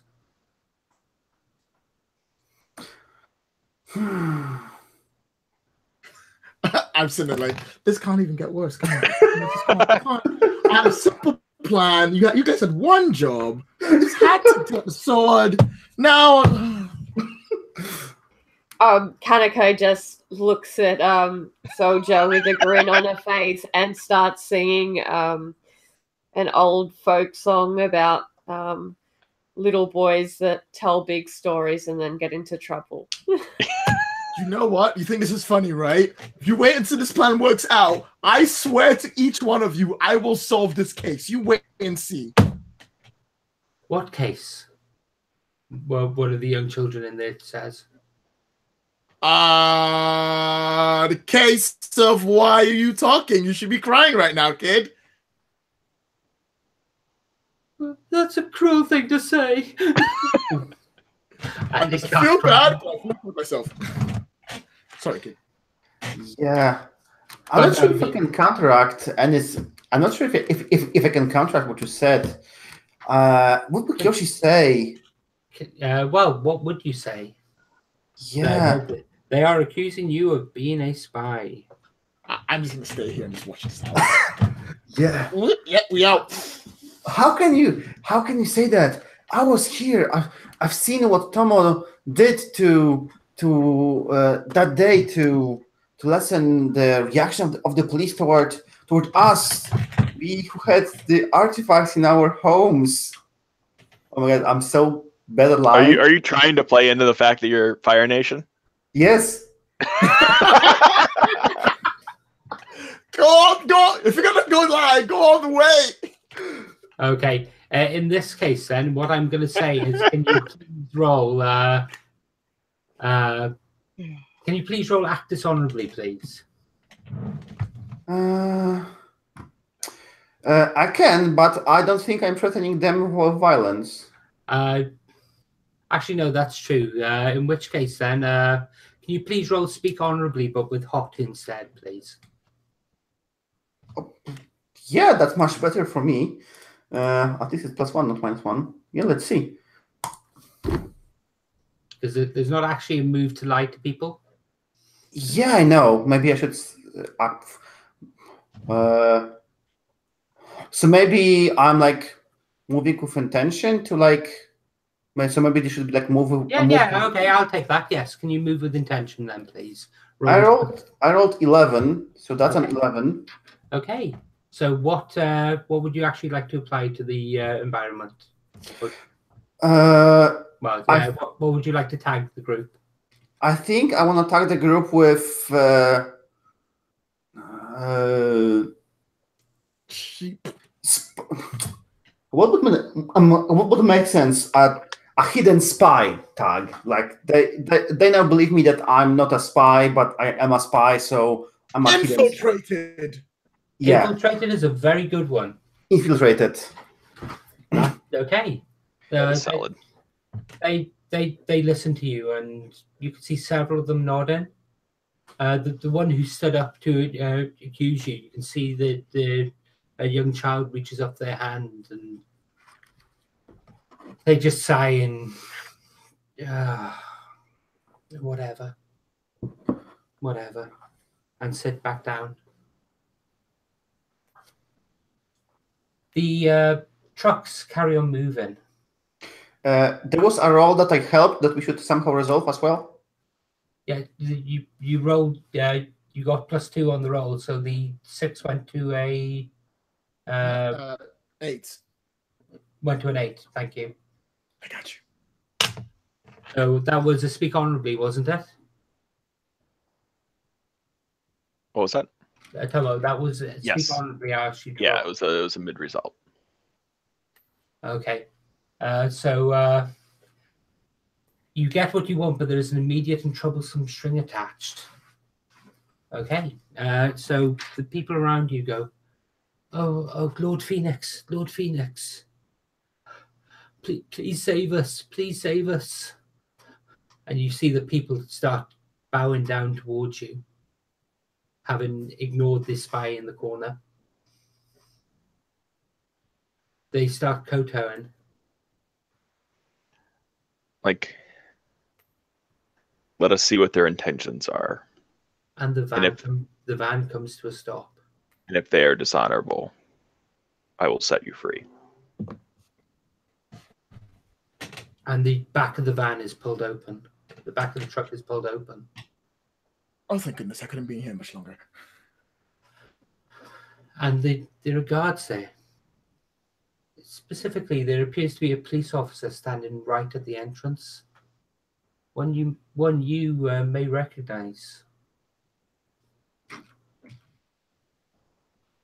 Officer Zelly stands at the entrance and starts pulling individuals out of the back of the truck. One by one, he pulls them out. One by one, he gets closer to you, each of you. Officer Zelly doesn't know Kaneko, so when Kaneko's pulled back from the back, he doesn't recognize her.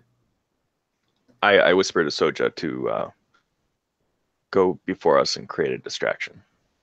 I'll try, but I'm not very good at this. that. Officer knows us both well. Oh, okay. I shrug and I'm like, okay. I'm gonna go forward. The officer shows you from the back. Unhand me, sir! I'll have you know that any people allowed to touch me are people of higher rank and of far cry than anything that you have to go over here. Also, who even are you anyway? This ain't even a real badge. I'm even a real officer. Silence! I didn't expect that to work, actually. You, over there. Over where? Over with the others. Why should I go off the others? I want to be my own. I deserve my own throne, clearly. If I'm going to try sneaking out while this is ensuing. Okay. Can I try to move intention? Yes, you can. To give him the tag of distracted? By all means. All right. Here we go. Time for them snake eyes, boys. Don't disappoint us. There you go. There you go. 4. Not 5. Okay. So you try to keep him distracted. He just looks at you and goes, no, shut up. And when you don't shut up, he lifts his hands up and 2 lumps of metal come up. 2 plates of metal come from his from the back of his armor and boom, crack themselves around your mouth. And as he, before he turns around, like as he's turning around, I'm gonna basically walk up the side of the semi on the opposite side of his direction of turning, so that I can jump out as he turns around to view the others. Okay, can you move with intention, please? Let's hope so. I roll better than some scholars I know. Follow up exactly. Should I help, or should I roll on my own if I want to follow up? I don't know. I just rolled a 3, so. Okay. Well, you still. You know it, boys. You know the game. Your waifu still means that you actually get to choose one option, don't you? It does. And I think just to be safe, I'm gonna. I would need it safe from an attack for him not to notice me, correct? That's correct, yes. Or would a tag suffice if I tagged him? I would say a tag would suffice. If he's distracted, he's not going to see you. So I'm going to put a tag on him that he's feeling rushed. Okay. So he's not paying attention as clearly. Okay. So I'm going to say that you get past him. So I'm going to say that you and I can never remember names. I've really got to get this sorted. You and Kiyoshi get past him. He's moving the others out. He's just totally flustered by what's going on. It looks like he's had a hard day working, and everyone gets rushed past. As you get moved, there are huge lines moving up the hill, and you can see at the top of the Cinder Hill, the hill that's actually in Cinder Hill, you can see the airship has actually come down to the ground and has a great big ground tank actually descending with people moving on.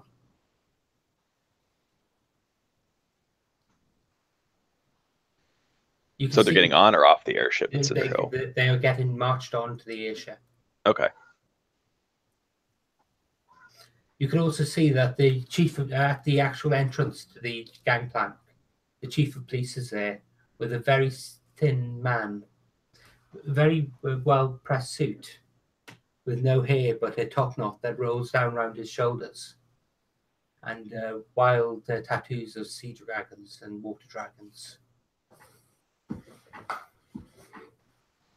Look familiar? You've never seen him before, Okay. but one of you has.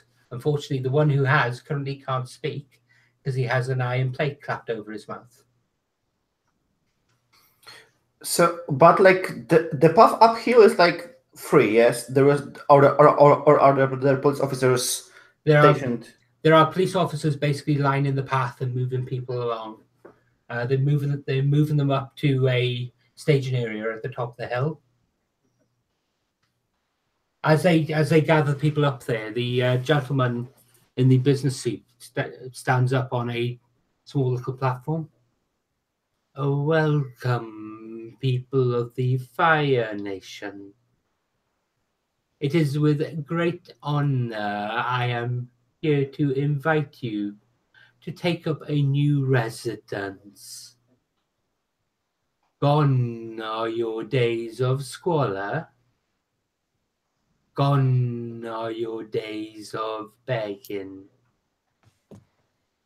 We are here to offer you a chance to work for your living in a manner that will better both yourself and the city itself. You hear the people muttering amongst themselves. We have constructed a city, a town for you to live in. We will provide you with clothing, drink, and medicine for those of you who are willing to work. Those of you who do not work will not receive the benefits of food, drink, and medicine. You have become a scourge on the city. You are parasites here. You take and you take and you take, and you give nothing in return. That ends today. Welcome to New Horizons.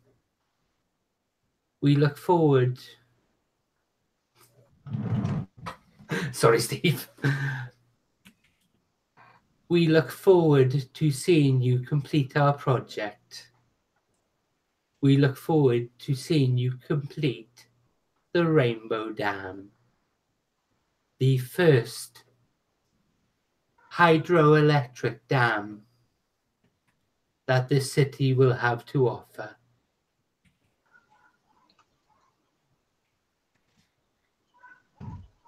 And at which point he stamps down from the platform and says something to the chief of police, who then instantly moves and basically gets the police officer to start moving people onto the airship. Our friend there, Stillwater, was having a bit of a rave on about how crap the fire people are and how great they are, whatever. Cynical Kaneko waddles off to the edge of the road, and while everyone's, listening to this speech, she just sits down on the side of the road, crosses her legs, and closes her eyes. She mutters some words under her breath, and she is calling upon the monkey spirit. Okay. Do you have the name of the monkey spirit? King Monkey. Okay. So can I use my communion move? By all means, please do. So when you summon a spirit to bargain for services, roll plus the number of conditions you fulfill. You present an offering. You previously met and established a price with the spirit. You are in a place of power. So Unfortunately, none of those apply in this instance. no, if I'm performing the summoning hastily, subtract 1. Okay. Okay, let's roll. Bless you.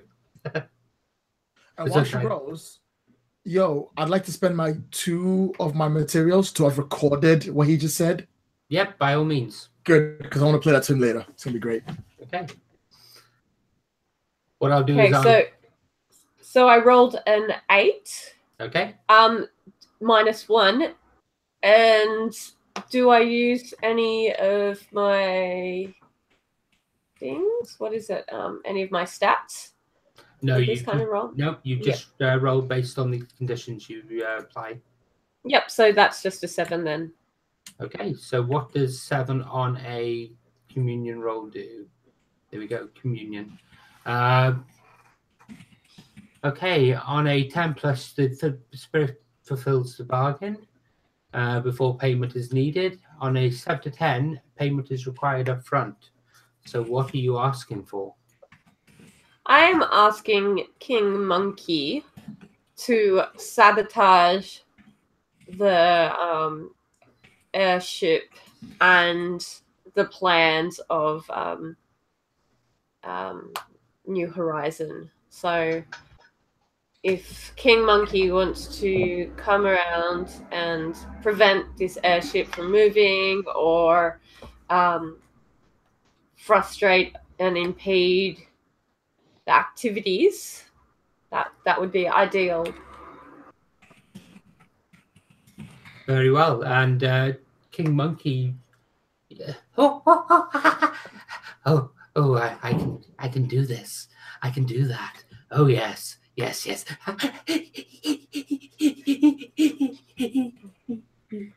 But Thank you, King Monkey. What can I offer you in return? he holds out his hand.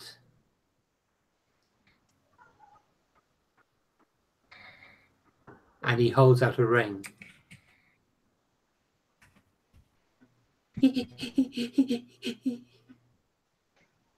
He reaches for your hand and puts the ring in your hand. What is this? You great beauty. Yes. You are great beauty. You become more like Monkey. You bonded to Monkey. Yes. You couldn't possibly want an old hag like me by your side. Oh no. You misunderstand.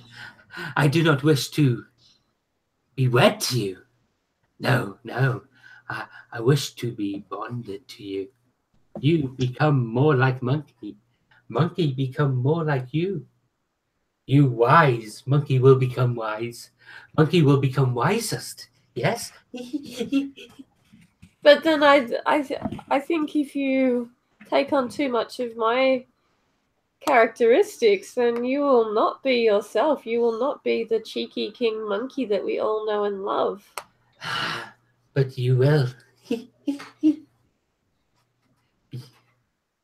He's offering you an opportunity. What he's offering you is he will sabotage the airship, but he will actually change your pacifistic and understanding tag to wild and passionate. Yeah, bring it on. Okay. Kaneko's gonna go wild. So can you make that a permanent change, please? Yeah, I can. So wild and Passionate. Yeah, okay. Look out, wild. Can you describe how the change comes upon Kaneko? She takes this I think it's maybe a wooden ring carved from some jungle timber, and as she puts it on her finger, you see a change go from her hand all through her arm and all through her body. So as like the camera pans up her arms, you start to see these tattoos draw on her skin. So like tattoos of sailors and monsters and dragons. And then as the camera pans up to her face, her eyes go from, let's say they were brown, can't remember, to like bright green, and her grey hair changes to a fiery red. And she just looks up at Monkey and smiles and chuckles. And he's there, and his face has become much more calm and collected.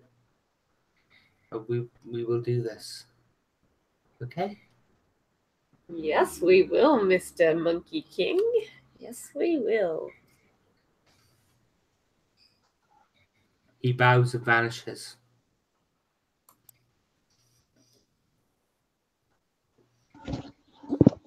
Okay. So what's everyone else doing while this is going on? I am fuming quietly under my mask at these people taking my work and doing some bullcrap with it. They're all going to die. And I whisper to Soju, have you gotten what you need? I look at him, I'm like,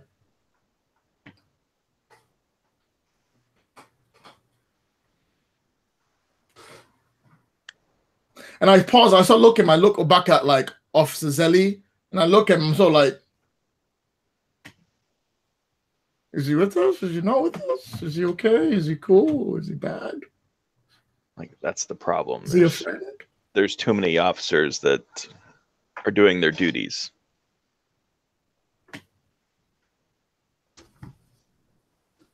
Perhaps, and I shrug because I'm like, I'm not like, the warrior. You decide what happens. As I'm looking at the airship, they're kind of ushering us on too, right? That's right, yes. Like, we'll stand a better chance of escape. For surely they won't send so many officers aboard ship with us. And in my head, I had this lovely image of us sailing over the central city with the captain. Everyone's going, "Oh, Soldier, you're so amazing!" And I'm like,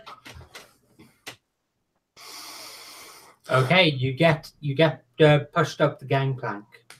You get to the entrance, and as you get up, you come within just over an arm's reach from Still Waters." Okay, you bow your head as you move past, and he's not paying attention to you. He's standing there discussing things with several police officers and the chief of police. You get marched up into this cavernous hold of the airship. You can see it's not really been laid out for carrying so many people. There's a straw on the floor, a little bit of sawdust, but not really any sort of supplies. No seating. There's a little bit of rack of netting along the side of it for people to hold on to, but there's nothing properly here to transport this many people. Okay. Around about 500 people get basically marched up into the airship. And the hold closes, the gangplank gets pulled, and the airship gets underway. What are people planning? Not much of a plan. I said that, I'm like, I look, I'm like, I didn't really think we'd get this far, guys. I'm kind of stuck. Kind of looking that through. Oh, Yeah. also, can I have a chief for my what's called I almost got genius, but I almost got unaware. Not unaware. What is that? I forgot him for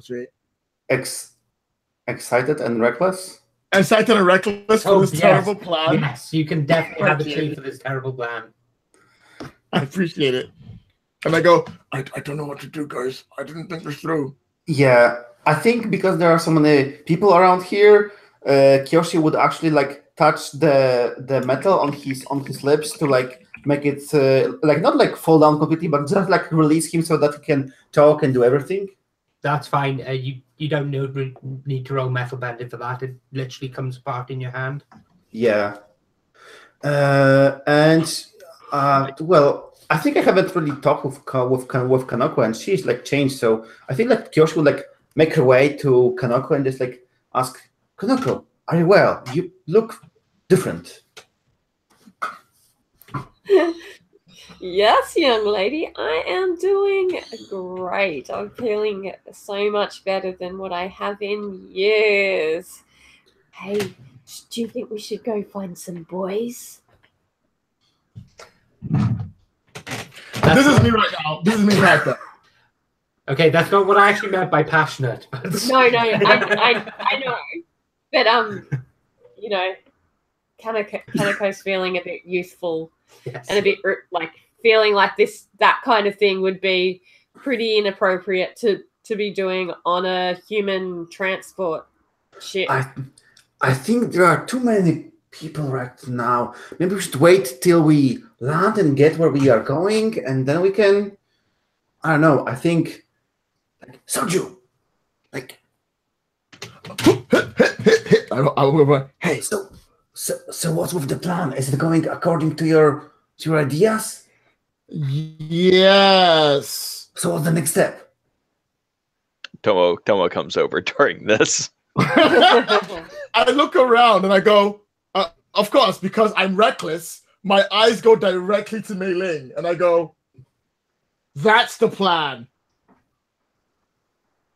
We are Mike, in the air. we are of the same mind.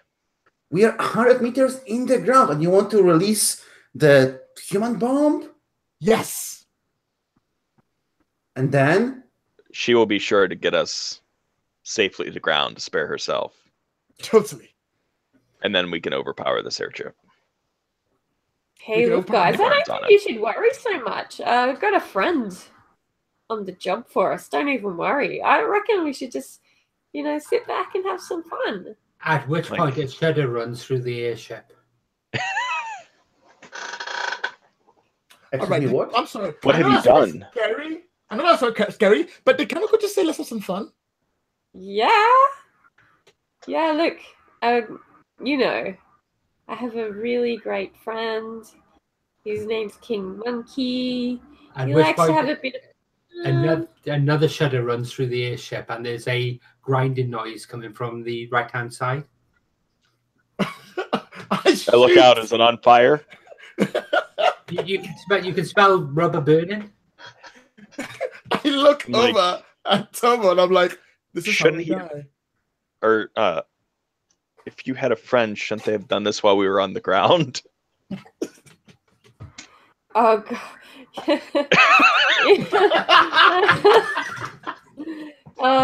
You're so square.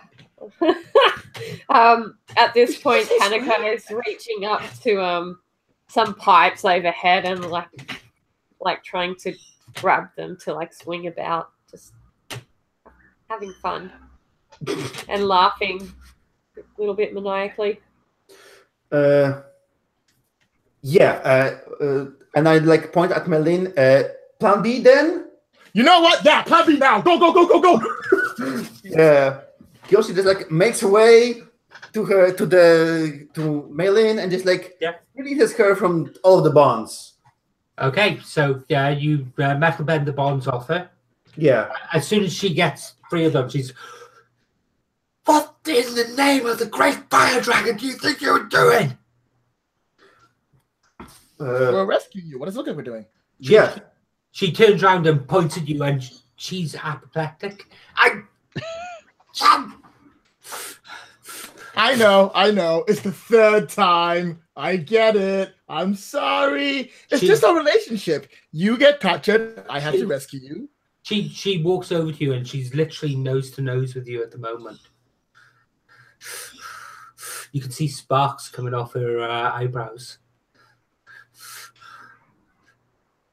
So, your father totally owes my life. And as you were speaking, she leans in and kisses you. I'm like,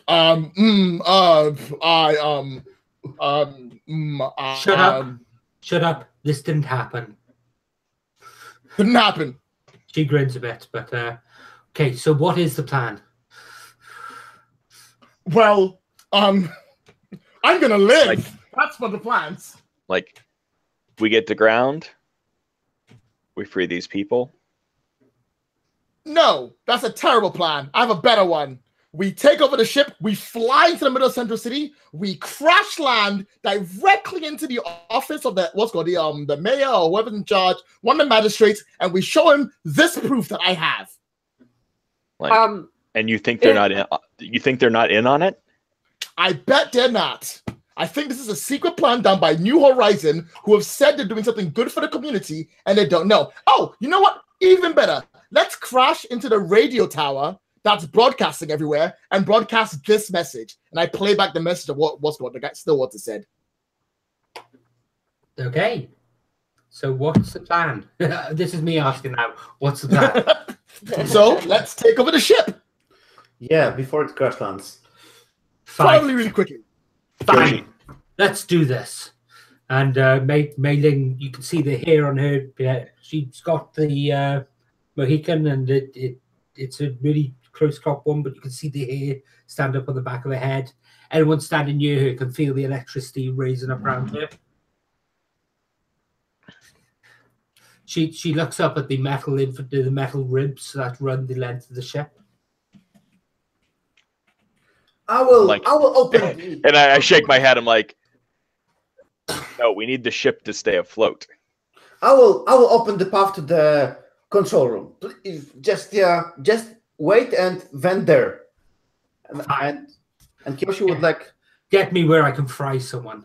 Yeah. I'm thinking how the airship is constructed. Is the control above us, next to us? There's actually a gondola that runs along the bottom. Not a gondola, there's actually a suspended control room that runs along the bottom of the ship. So control is beneath us. That's right, yes. Yeah, why not be jumping in there while we are in the midair? So yeah, I think Kiyoshi would just like approach the side wall, not like the bottom, like side wall, and just like make a door, just like the metal, just just open to make some doors. Yep, you pull the metal away. I'm not going to ask you for a roll for that. As you do, there's a distinct change in pressure as you can actually feel the cold air rushing in from outside. Which side are you doing this, left or right? Right. Why not? Okay. And as you pull it open, smoke pours in through one of the engines that's currently on fire at the front of the ship. Yeah, I like look out. Where is the control room? Is it like far beneath us? You look down and you can see it. It's almost directly beneath you. There's a wide control platform down there. You look down. You see about 6 or 7 bridge crew on it. Yeah. Yeah. I just like. I touch again this like metal that is opened into a door, and I make it like a swing, like a rope right there, so that we can attach ourselves and just like swing there on a rope. Make like a use it as a, how do you call this when you have a line and you just ride on a line? Yeah, and make like a zip line from here straight to the control room. Okay. Well, you have no problem doing that. You've still got the actual cable that was used to bind Mei Ling. And you can basically use that to form a zip line that easily flies you down there. So what's actually happening? Kiyoshi just looks on her friends and says, we're gonna take in the control room, and maybe one of you can make sure that we are still flying when we do have the control.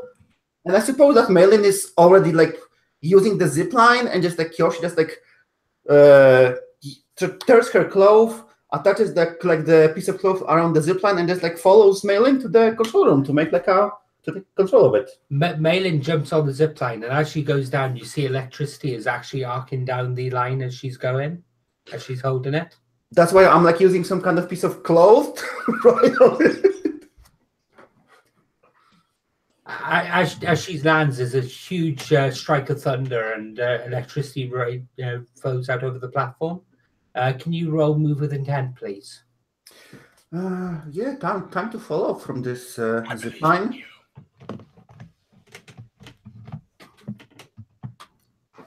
It's a full 5. Okay. Do we have a tag on it, like a zip line or something? No, unfortunately, with the 5, you don't get to tag it, I'm afraid. No, I'm just asking if by me creating a zip line that they created an environmental tag called zip line. I know there's no roll involved, but okay, yes, I'll give you a tag for that. Yes, you can have an environmental tag called zipline. So yeah, I kind of don't want to fall to the ground, so I'm going to drop chi on this. And yeah, what is the assault on this? Yeah. So can you describe what actually happens on the assault on this?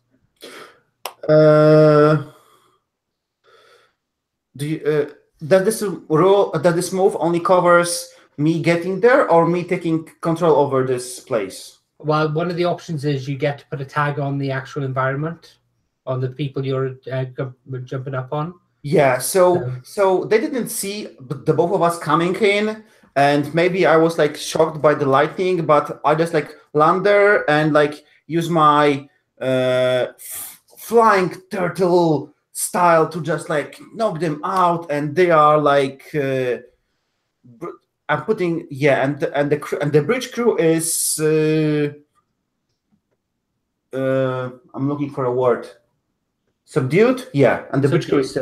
That's fine. So you land down there, and you through various different metal bending moves, you manage to actually knock out and subdue the actual bridge crew. You now have control of the bridge. What are you doing? I steer the ship around to start floating toward the city, and I'm not sure yet where I will aim it. Just like to start flying back to the city. Okay, I'm going to give you a custom move at this point. Can you please roll plus keen? Yeah, I'm glad that I think I have it.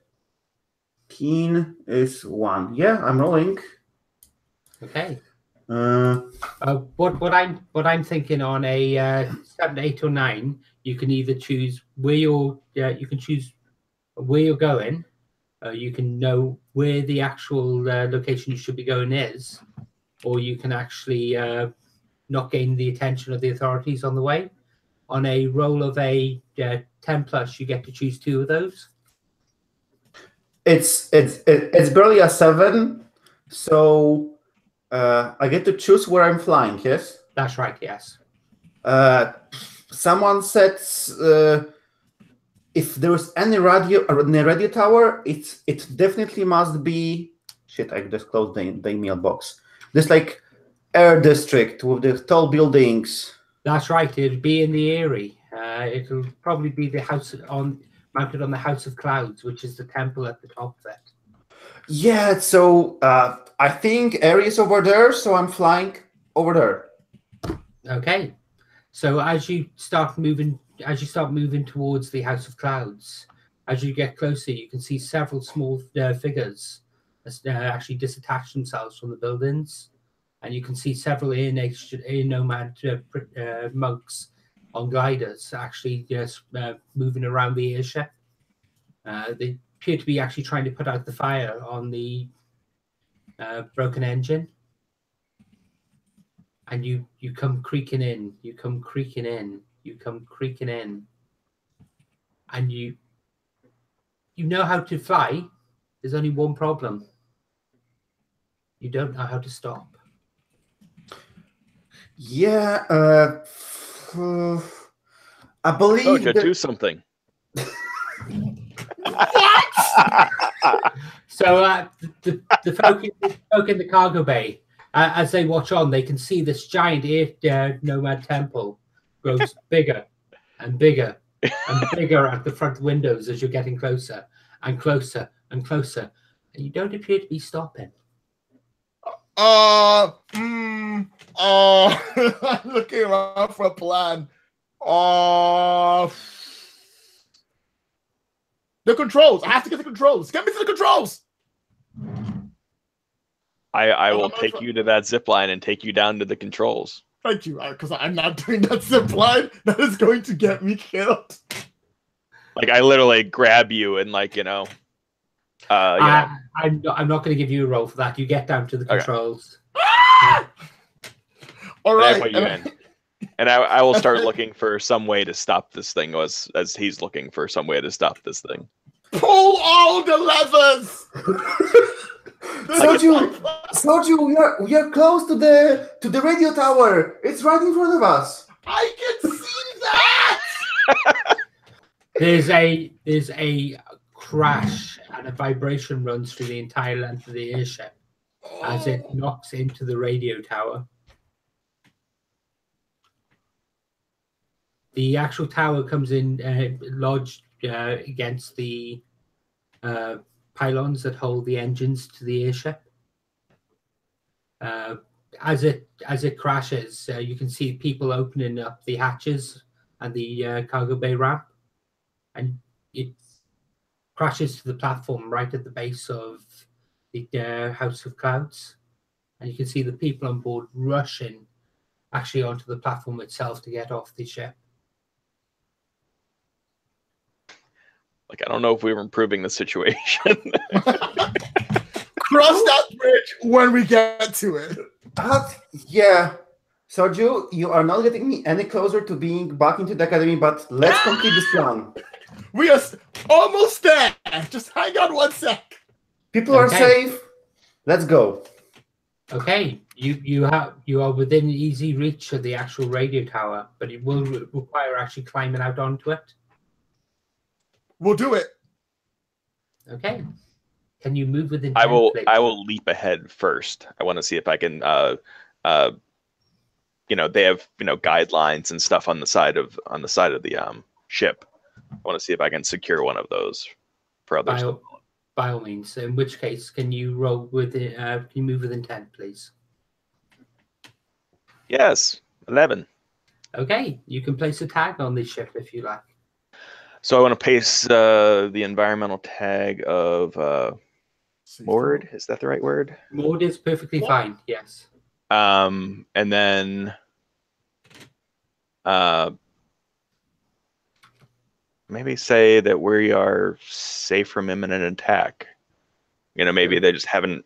The people who can do anything about this aren't here yet. No, you can see several. You can see several larger the Nation gliders actually launching from surrounding buildings. They look to be carrying several people on them.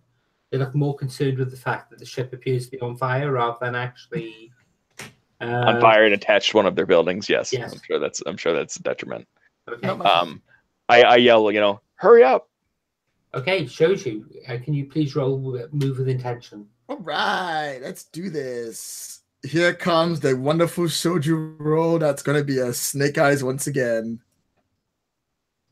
Oh, 5, 6, 7. And we're going to do 8, so I'm only 2 off. Okay.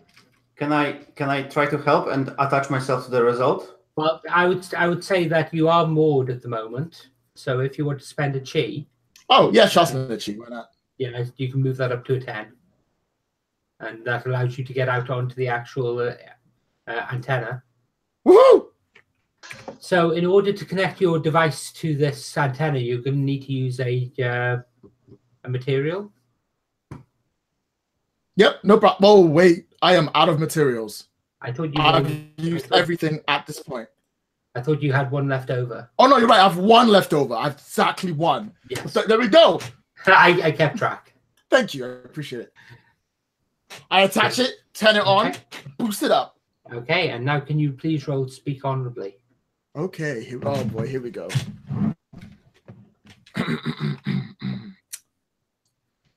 Ladies and gentlemen of Central City, my name is Soja. I come here representing Tomo, who has some startling news for you. The move of the Fire Nation from Cinder Hill to a new place is not just anything important, not just anything of real happiness that comes to it. It is a scam put upon you by Stillwater of the New Horizons Institute. And I have the proof of why. And I play the tape. Here we go. Let's see if my dice will roll well. 7. Speak honorably is 8. Do I have a tag I can use in this situation? I don't think I do. I'll have to stick with 8. Okay. You get what you want, but there is an immediate and troublesome string attached. Tomo, do you want to help somehow? He's speaking. He's speaking in your name. I know, which I'm not exactly pleased with that he is tagging me in this. Let's see. How could I help? Okay. I will go all in on it. I will go.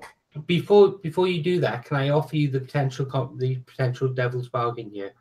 Go on. The immediate consequence. Go on. First of all, Lloyd, what are you trying to achieve? I'm trying to let everyone in the city know that Stillwater is secretly moving these people to a place to build a dam that he is using my stolen plans for. Okay. So I will say you succeed at that. But because you've used Tomo's name, people will basically start attacking the dam in Tomo's name and claiming him as a resistance leader against us. I'll cross that bridge when I come to it. Let's do that. That sounds great. Seems fair enough. That seems fair. Okay, so yes. I was pretty sure if I spoke up at all, it was going to be that I was going to be, choosing the resistance option too. So yes, we will. What we'll do is we'll end tonight's session here. We'll have a coder that during the next few days, basically the air nomads take in the Fire Nation folk in the temple and offer them sanctuary. So when the police come to try and remove them, they're met by lines of angry monks that basically stand between them and the people hiding within. There's a coder that shows the dam that's under construction, and you can see great balls of fire being hurled at it from people hidden on a ridgeline, and great damage being wrought by fire shapers as they attack the dam itself. We cut to a newspaper article. Corruption within the mayor's office, ? And there's a picture of Stillwater and the mayor side by side. Finally, we cut to another picture. Temple of the Monkey King defiled. Who has stolen the Monkey King's golden statue? ?